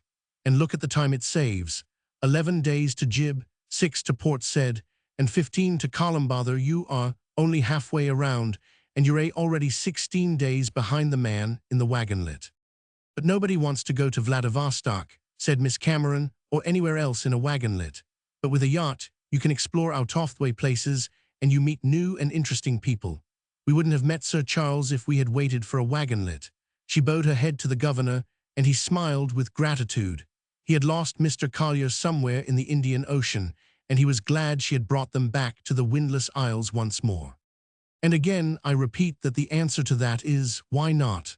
Said the March Hare, remarked Mr. Collier determinedly. The answer, as an answer, did not strike Sir Charles as a very good one, but the ladies seemed to comprehend, for Miss Cameron said, "Did I tell you about meeting him at Oxford just a few months before his death at a children's tea party? He was so sweet and understanding with them. 2 women tried to lionize him, and he ran away and played with the children. I was more glad to meet him than anyone I can think of, not as a personage, you know, but because I felt grateful to him." "Yes, that way, distinctly," said Mrs. Collier. "I should have felt that way towards Mrs. Ewing more than anyone else." "I know, jackanapes," remarked Collier shortly, "a brutal assault upon the feelings, I say." "Someone else said it before you, Robert," Mrs. Collier commented calmly. "Perhaps Sir Charles met him at Appia." They all turned and looked at him. He wished he could say he had met him at Appia. He did not quite see how they had made their way from a children's tea party at Oxford to the South Pacific Islands, but he was anxious to join in somewhere with a clever observation. But they never seemed to settle in one place sufficiently long for him to recollect what he knew of it. He hoped they would get around to the west coast of Africa in time. He had been governor of Sierra Leone for 5 years. His success that night at dinner on the yacht was far better. The others seemed a little tired after the hours of sightseeing to which he had treated them, and they were content to listen. In the absence of Mr. Clarges, who knew them word by word, he felt free to tell his 3 stories of life at Sierra Leone. He took his time in the telling, and could congratulate himself that his efforts had never been more keenly appreciated. He felt that he was holding his own. The night was still and warm, and while the men lingered below at the table, the 2 women mounted to the deck and watched the lights of the town as they vanished one by one and left the moon in unchallenged possession of the harbor. For a long time, Miss Cameron stood silent, looking out across the bay at the shore and the hills beyond. A fish splashed near them, and the sound of oars rose from the mist that floated above the water until they were muffled in the distance. The palms along the shore glistened like silver, and overhead the Southern Cross shone white against a sky of purple. The silence deepened and continued for so long a time that Mrs. Collier felt its significance and waited for the girl to end it. Miss Cameron raised her eyes to the stars and frowned. "I am not surprised that he is content to stay here," she said. "Are you? It is so beautiful, so wonderfully beautiful." For a moment Mrs. Collier made no answer. "2 years is a long time, Florence," she said, "and he is all I have. He is not only my only brother, he is the only living soul who is related to me. That makes it harder." The girl seemed to find some implied reproach in the speech, for she turned and looked at her friend closely. "Do you feel it is my fault, Alice?" she asked. The older woman shook her head. "How could it be your fault?" she answered. "If you couldn't love him enough to marry him, you couldn't, that's all. But that is no reason why he should have hidden himself from all of us. Even if he could not stand being near you, caring as he did, he need not have treated me so. We have done all we can do, and Robert has been more than fine about it. He and his agents have written to every consul and business house in Central America, and I don't believe there is a city that he hasn't visited. He has sent him money and letters to every bank and to every post office." The girl raised her head quickly. "But he never calls for either," Mrs. Collier continued, "for I know that if he had read my letters, he would have come home." The girl lifted her head as though she were about to speak, and then turned and walked slowly away.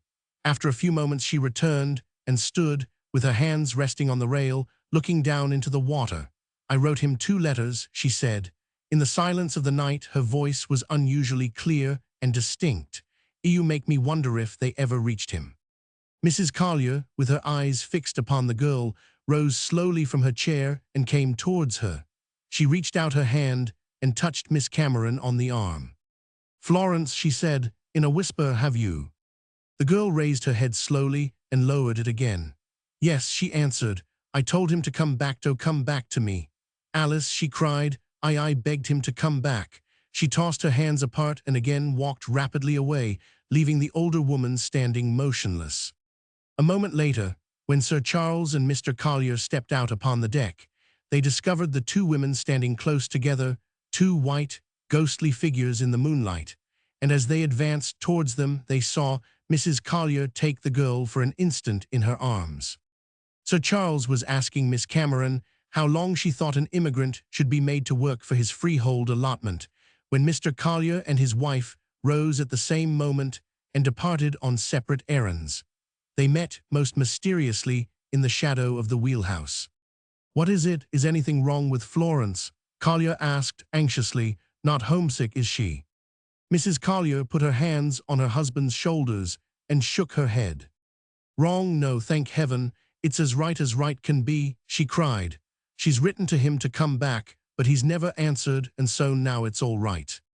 Mr. Collier gazed blankly at his wife's upturned face. Well, I don't see that, he remonstrated.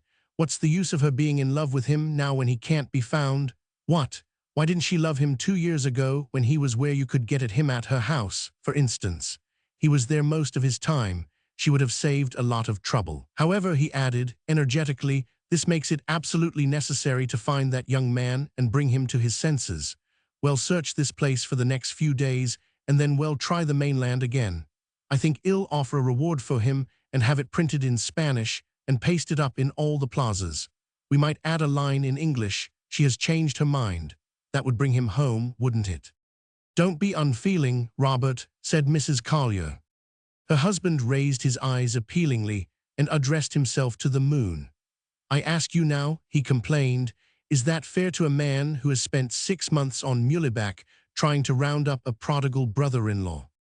That same evening, after the ladies had gone below, Mr. Collier asked Sir Charles to assist him in his search for his wife's brother, and Sir Charles heartily promised his most active cooperation. There were several Americans at work in the interior, he said, as overseers on the coffee plantations.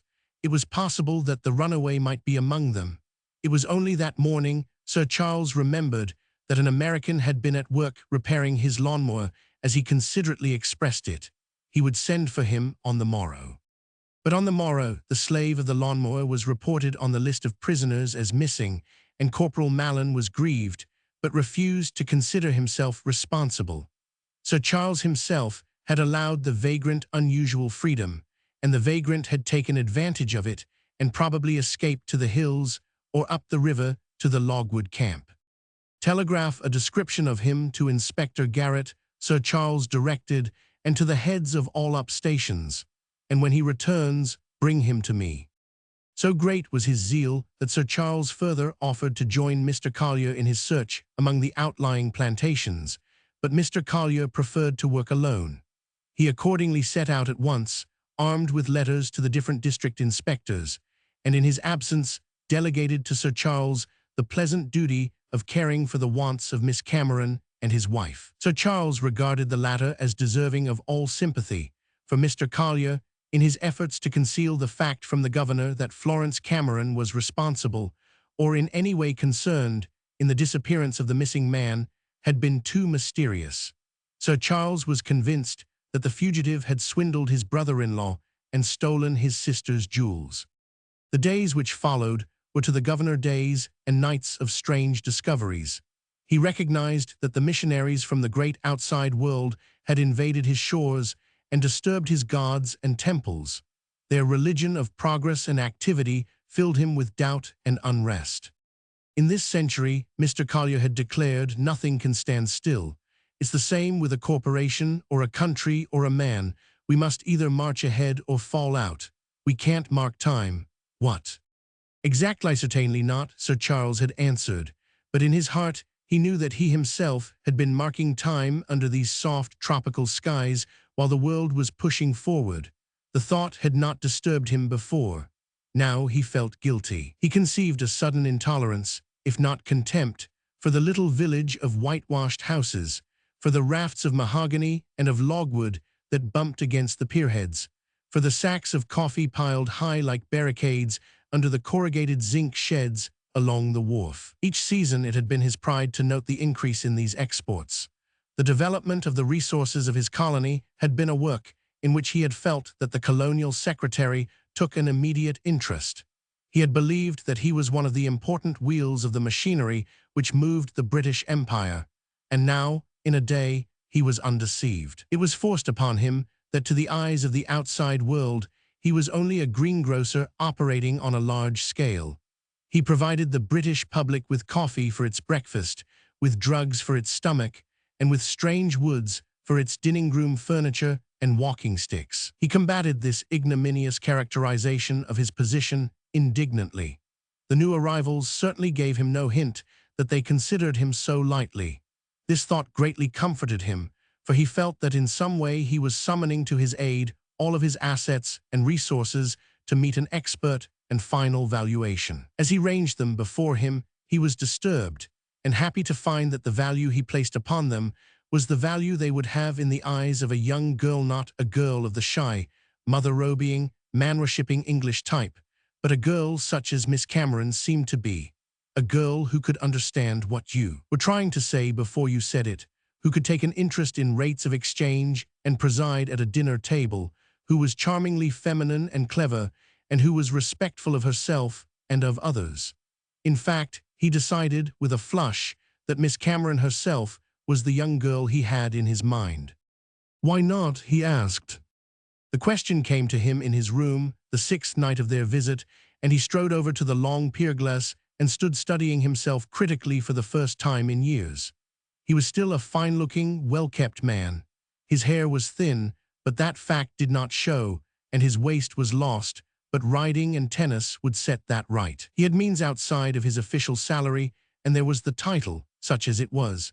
Lady Greville, the wife of the birthday knight, sounded as well as Lady Greville, the Marchioness, and Americans cared for these things. He doubted whether this particular American would do so, but he was adding up all he had to offer, and that was one of the assets. He was sure she would not be content to remain mistress of the windless isles. Nor, indeed, did he longer care to be master there, now that he had inhaled this quick, stirring breath from the outer world. He would resign and return and mix with the world again.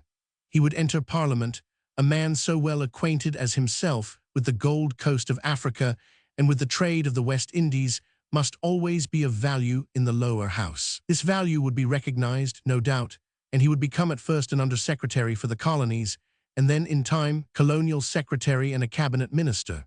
She would like that, he thought, and after that place had been reached, all things were possible. For years he had not dreamed such dreams, not since he had been a clerk in the Foreign Office. They seemed just as possible now as they had seemed real then, and just as near. He felt it was all absolutely in his own hands. He descended to the dining-room with the air of a man who already felt the cares of high responsibility upon his shoulders. His head was erect and his chest thrown forward. He was 10 years younger. His manner was alert, assured, and gracious. As he passed through the halls, he was impatient of the familiar settings of Government House. They seemed to him like the furnishings of a hotel where he had paid his bill and where his luggage was lying strapped for departure in the hallway. In his library, he saw on his table a number of papers lying open waiting for his signature, the dog tax among the others. He smiled to remember how important it had seemed to him in the past, in that past of indolence and easy content. Now he was on fire to put this rekindled ambition to work, to tell the woman who had lighted it that it was all from her, and for her, that without her he had existed, that now he had begun to live. They had never found him so delightful as he appeared that night. He was like a man on the eve of a holiday. He made a jest of his past efforts. He made them see, as he now saw it for the first time, that side of the life of the windless isles which was narrow and petty, even ridiculous. He talked of big men in a big way. He criticized and expounded and advanced his own theories of government and the proper control of an empire. Collier, who had returned from his unsuccessful search of the plantations, shook his head. "It's a pity you are not in London now," he said, sincerely. "They need someone there who has been on the spot. They can't direct the colonies from what they know of them in Whitehall." Sir Charles fingered the dinner cloth nervously, and when he spoke, fixed his eyes anxiously upon Miss Cameron.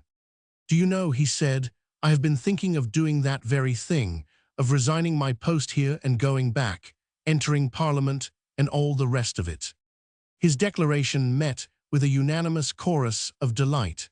Miss Cameron nodded her head with eager approval. "Yes, if I were a man, that is where I should wish to be," she said, "at the heart of it. Why, whatever you say in the House of Commons is heard all over the world the next morning." Sir Charles felt the blood tingle in his pulses. He had not been so stirred in years. Her words ran to his head like wine. Mr. Collier raised his glass. "Here's to our next meeting," he said, "on the terrace of the House of Commons." But Miss Cameron interrupted. "No, to the Colonial Secretary," she amended. "Oh yes," they assented, rising, and so drank his health, smiling down upon him with kind, friendly glances and goodwill. "To the Colonial Secretary," they said. Sir Charles clasped the arms of his chair tightly with his hands. His eyes were half closed, and his lips pressed into a grim, confident smile. He felt that a single word from her would make all that they suggested possible. If she cared for such things, they were hers. He had them to give. They were ready, lying at her feet. He knew that the power had always been with him, lying dormant in his heart and brain. It had only waited for the touch of the princess to wake it into life.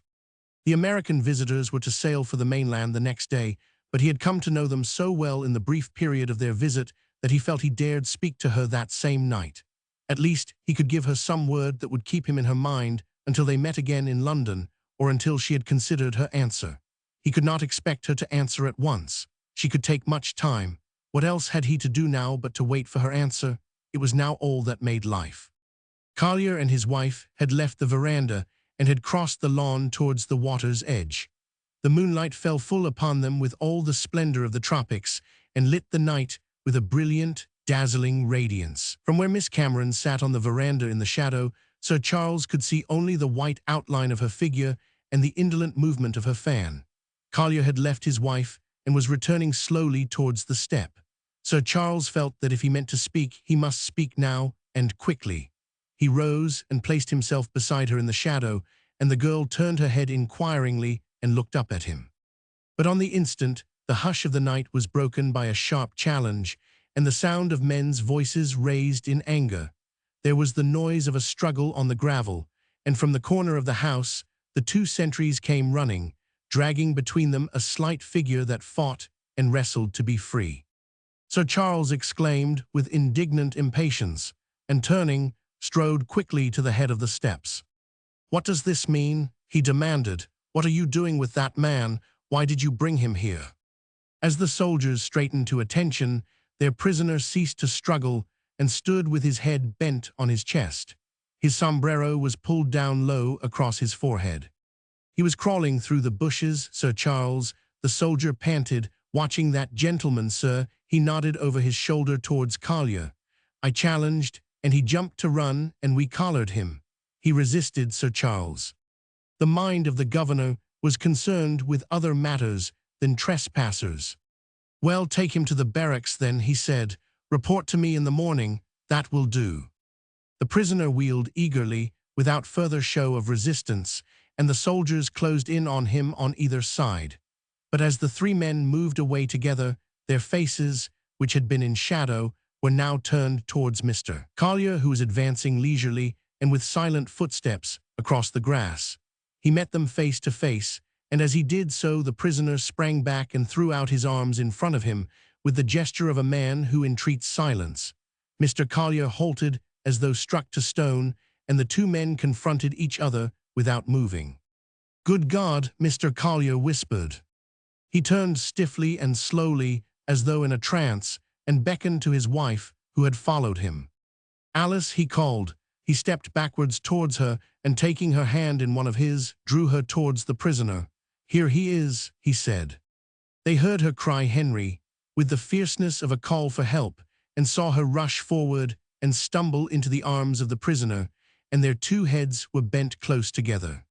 Collier ran up the steps and explained breathlessly. "And now," he gasped in conclusion, "what's to be done? What's he arrested for? Is it bailable? What?" "Good heavens," exclaimed Sir Charles miserably, "it is my fault entirely. I assure you I had no idea. How could I? But I should have known, I should have guessed it." He dismissed the sentries with a gesture. "That will do," he said. "Return to your posts." Mr. Collier laughed with relief. "Then it is not serious?" he asked. He had no money, that was all," exclaimed Sir Charles. "Serious? Certainly not. Upon my word, I am sorry." The young man had released himself from his sister's embrace and was coming towards them, and Sir Charles, eager to redeem himself, advanced hurriedly to greet him. But the young man did not see him. He was looking past him up the steps to where Miss Cameron stood in the shadow. Sir Charles hesitated and drew back. The young man stopped at the foot of the steps and stood with his head raised, staring up at the white figure of the girl who came slowly forward. It was forced upon Sir Charles that, in spite of the fact that the young man before them had but just then been rescued from arrest, that in spite of his mean garments and ragged sandals, something about him, the glamour that surrounds the prodigal, or possibly the moonlight, gave him an air of great dignity and distinction. As Miss Cameron descended the stairs, Sir Charles recognized for the first time that the young man was remarkably handsome, and he resented it. It hurt him, as did also the prodigal's youth and his assured bearing. He felt a sudden sinking fear, a weakening of all his vital forces, and he drew in his breath slowly and deeply. But no one noticed him. They were looking at the tall figure of the prodigal, standing with his hat at his hip and his head thrown back, holding the girl with his eyes. Collier touched Sir Charles on the arm and nodded his head towards the library. "Come," he whispered, "let us old people leave them together. They've a good deal to say." Sir Charles obeyed in silence, and crossing the library to the great oak chair, seated himself and leaned wearily on the table before him. He picked up one of the goose quills and began separating it into little pieces. Mr. Collier was pacing up and down, biting excitedly on the end of his cigar. "Well, this has certainly been a great night," he said, "and it is all due to you, Sir Charles, all due to you. Yes, they have you to thank for it." "They," said Sir Charles. He knew that it had to come. He wanted the man to strike quickly. "They, yes, Florence Cameron and Henry," Mr. Collier answered. "Henry went away because she wouldn't marry him. She didn't care for him then, but afterwards she cared. Now they're reunited, and so they're happy, and my wife is more than happy, and I won't have to bother any more, and it's all right, and all through you." "I am glad," said Sir Charles. There was a long pause, which the men, each deep in his own thoughts, did not notice. "You will be leaving now, I suppose?" Sir Charles asked. He was looking down, examining the broken pen in his hand. Mr. Collier stopped in his walk and considered. "Yes, I suppose they will want to get back," he said. "I shall be sorry myself. And you, what will you do?" Sir Charles started slightly. He had not yet thought what he would do. His eyes wandered over the neglected work, which had accumulated on the desk before him. Only an hour before he had thought of it as petty and little, as something unworthy of his energy. Since that time, what change had taken place in him? For him everything had changed, he answered, but in him there had been no change. And if this thing which the girl had brought into his life had meant the best in life, it must always mean that. She had been an inspiration. She must remain his spring of action. Was he a slave, he asked himself, that he should rebel? Was he a boy, that he could turn his love to aught but the best account? He must remember her not as the woman who had crushed his spirit, but as she who had helped him, who had lifted him up to something better and finer.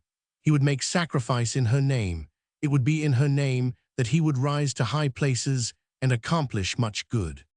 She would not know this, but he would know. He rose and brushed the papers away from him with an impatient sweep of the hand. "I shall follow out the plan of which I spoke at dinner," he answered. "I shall resign here and return home and enter Parliament." Mr. Collier laughed admiringly.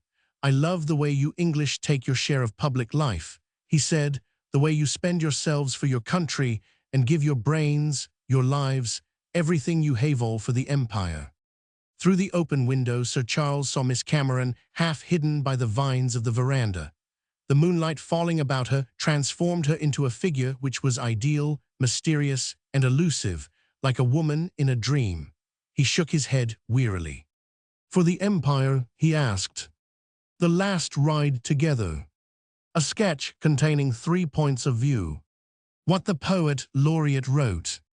There are girls in the Gold Reef City. There are mothers and children too. and they cry, "Hurry up for pity." So what can a brave man do? I suppose we were wrong, we're madmen. Still, I think, at the judgment day, when God sifts the good from the bad men, there'll be something more to say. What more the Lord Chief Justice found to say? In this case, we know the immediate consequence of your crime. It has been the loss of human life. It has been the disturbance of public peace. It has been the creation of a certain sense of distrust of public professions and of public faith. The sentence of this court, therefore, is that, as to you, Leander Starr Jameson, you be confined for a period of 15 months without hard labor, that you, Sir John Willoughby, have 10 months' imprisonment, and that you, etc., etc. London Times, July 29th. What the Hun, Reggie Blake thought about it. H1000, Holloway Prison. July 28th. I am going to keep a diary while I am in prison, that is, if they will let me. I never kept one before because I hadn't the time. When I was home on leave, there was too much going on to bother about it. And when I was up country, I always came back, after a day's riding, so tired that I was too sleepy to write anything. And now that I have the time, I won't have anything to write about. I fancy that more things happen to me today than are likely to happen again for the next 8 months, so I will make this day take up as much room in the diary as it can. I am writing this on the back of the paper the warder uses for his official reports, while he is hunting up cells to put us in. We came down on him rather unexpectedly, and he is nervous. Of course, I had prepared myself for this after a fashion, but now I see that somehow I never really did think I would be in here, and all my friends outside, and everything going on just the same as though I wasn't alive somewhere. It's like telling yourself that your horse can't possibly pull off a race, so that you want mine so much if he doesn't, but you always feel just as bad when he comes in a loser. A man can't fool himself into thinking one way when he is hoping the other. But I am glad it is over and settled. It was a great bore not knowing your luck, and having the thing hanging over your head every morning when you woke up. Indeed, it was quite a relief when the council got all through arguing over those proclamations and the Chief Justice summed up, but I nearly went to sleep when I found he was going all over it again to the jury. I didn't understand about those proclamations myself, and ill lay a fiver the jury didn't either. The colonel said he didn't. I couldn't keep my mind on what Russell was explaining about, and I got to thinking how much old Justice Hawkins looked like the counsel in Alice in Wonderland when they tried the knave of spades for stealing the tarts. He had just the same sort of a beak and the same sort of a wig, and I wondered why he had his wig powdered and the others didn't. Pollock's wig had a hole in the top. You could see it when he bent over to take notes. He was always taking notes. I don't believe he understood about those proclamations either. He never seemed to listen anyway. The Chief Justice certainly didn't love us very much, that's sure, and he wasn't going to let anybody else love us either. I felt quite the Christian martyr when Sir Edward was speaking in defense. He made it sound as though we were all a lot of Adelphi heroes and ought to be promoted and have medals. But when Lord Russell started in to read the riot act at us, I began to believe that hanging was too good for me. I am sure I never knew I was disturbing the peace of nations. It seems like such a large order for a subaltern. But the worst was when they made us stand up before all those people to be sentenced. I must say I felt shaky about the knees then, not because I was afraid of what was coming, but because it was the first time I had ever been pointed out before people and made to feel ashamed. And having those girls there, too, looking at one, that wasn't just fair to us. It made me feel about 10 years old, and I remembered how the headmaster used to call me to his desk and say, "Blake Sr., 2 pages of Horace, and keep in bounds for a week." And then I heard our names and the months, and my name and 8 months' imprisonment, and there was a bustle and murmur, and the tipstaves cried, "Order in the court," and the judges stood up and shook out their big red skirts as though they were shaking off the contamination of our presence and rustled away. And I sat down, wondering how long 8 months was, and wishing they'd given me as much as they gave Jameson. They put us in a room together then, and our counsel said how sorry they were, and shook hands, and went off to dinner and left us.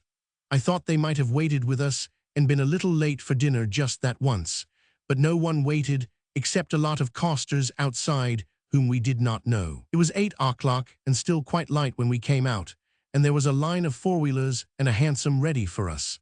I'd been hoping they would take us out by the Strand entrance, just because I'd like to have seen it again, but they marched us instead through the main quadrangle, a beastly, gloomy courtyard that echoed, and out into Carey Street, such a dirty, gloomy street. The costers and clerks set up a sort of a cheer when we came out, and one of them cried, "God bless you, sir," to the doctor, but I was sorry they cheered. It seemed like kicking against the umpire's decision.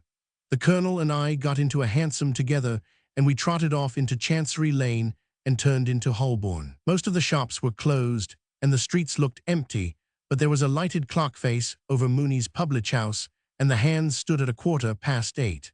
I didn't know where Holloway was, and was hoping they would have to take us through some decent streets to reach it, but we didn't see a part of the city that meant anything to me or that I would choose to travel through again.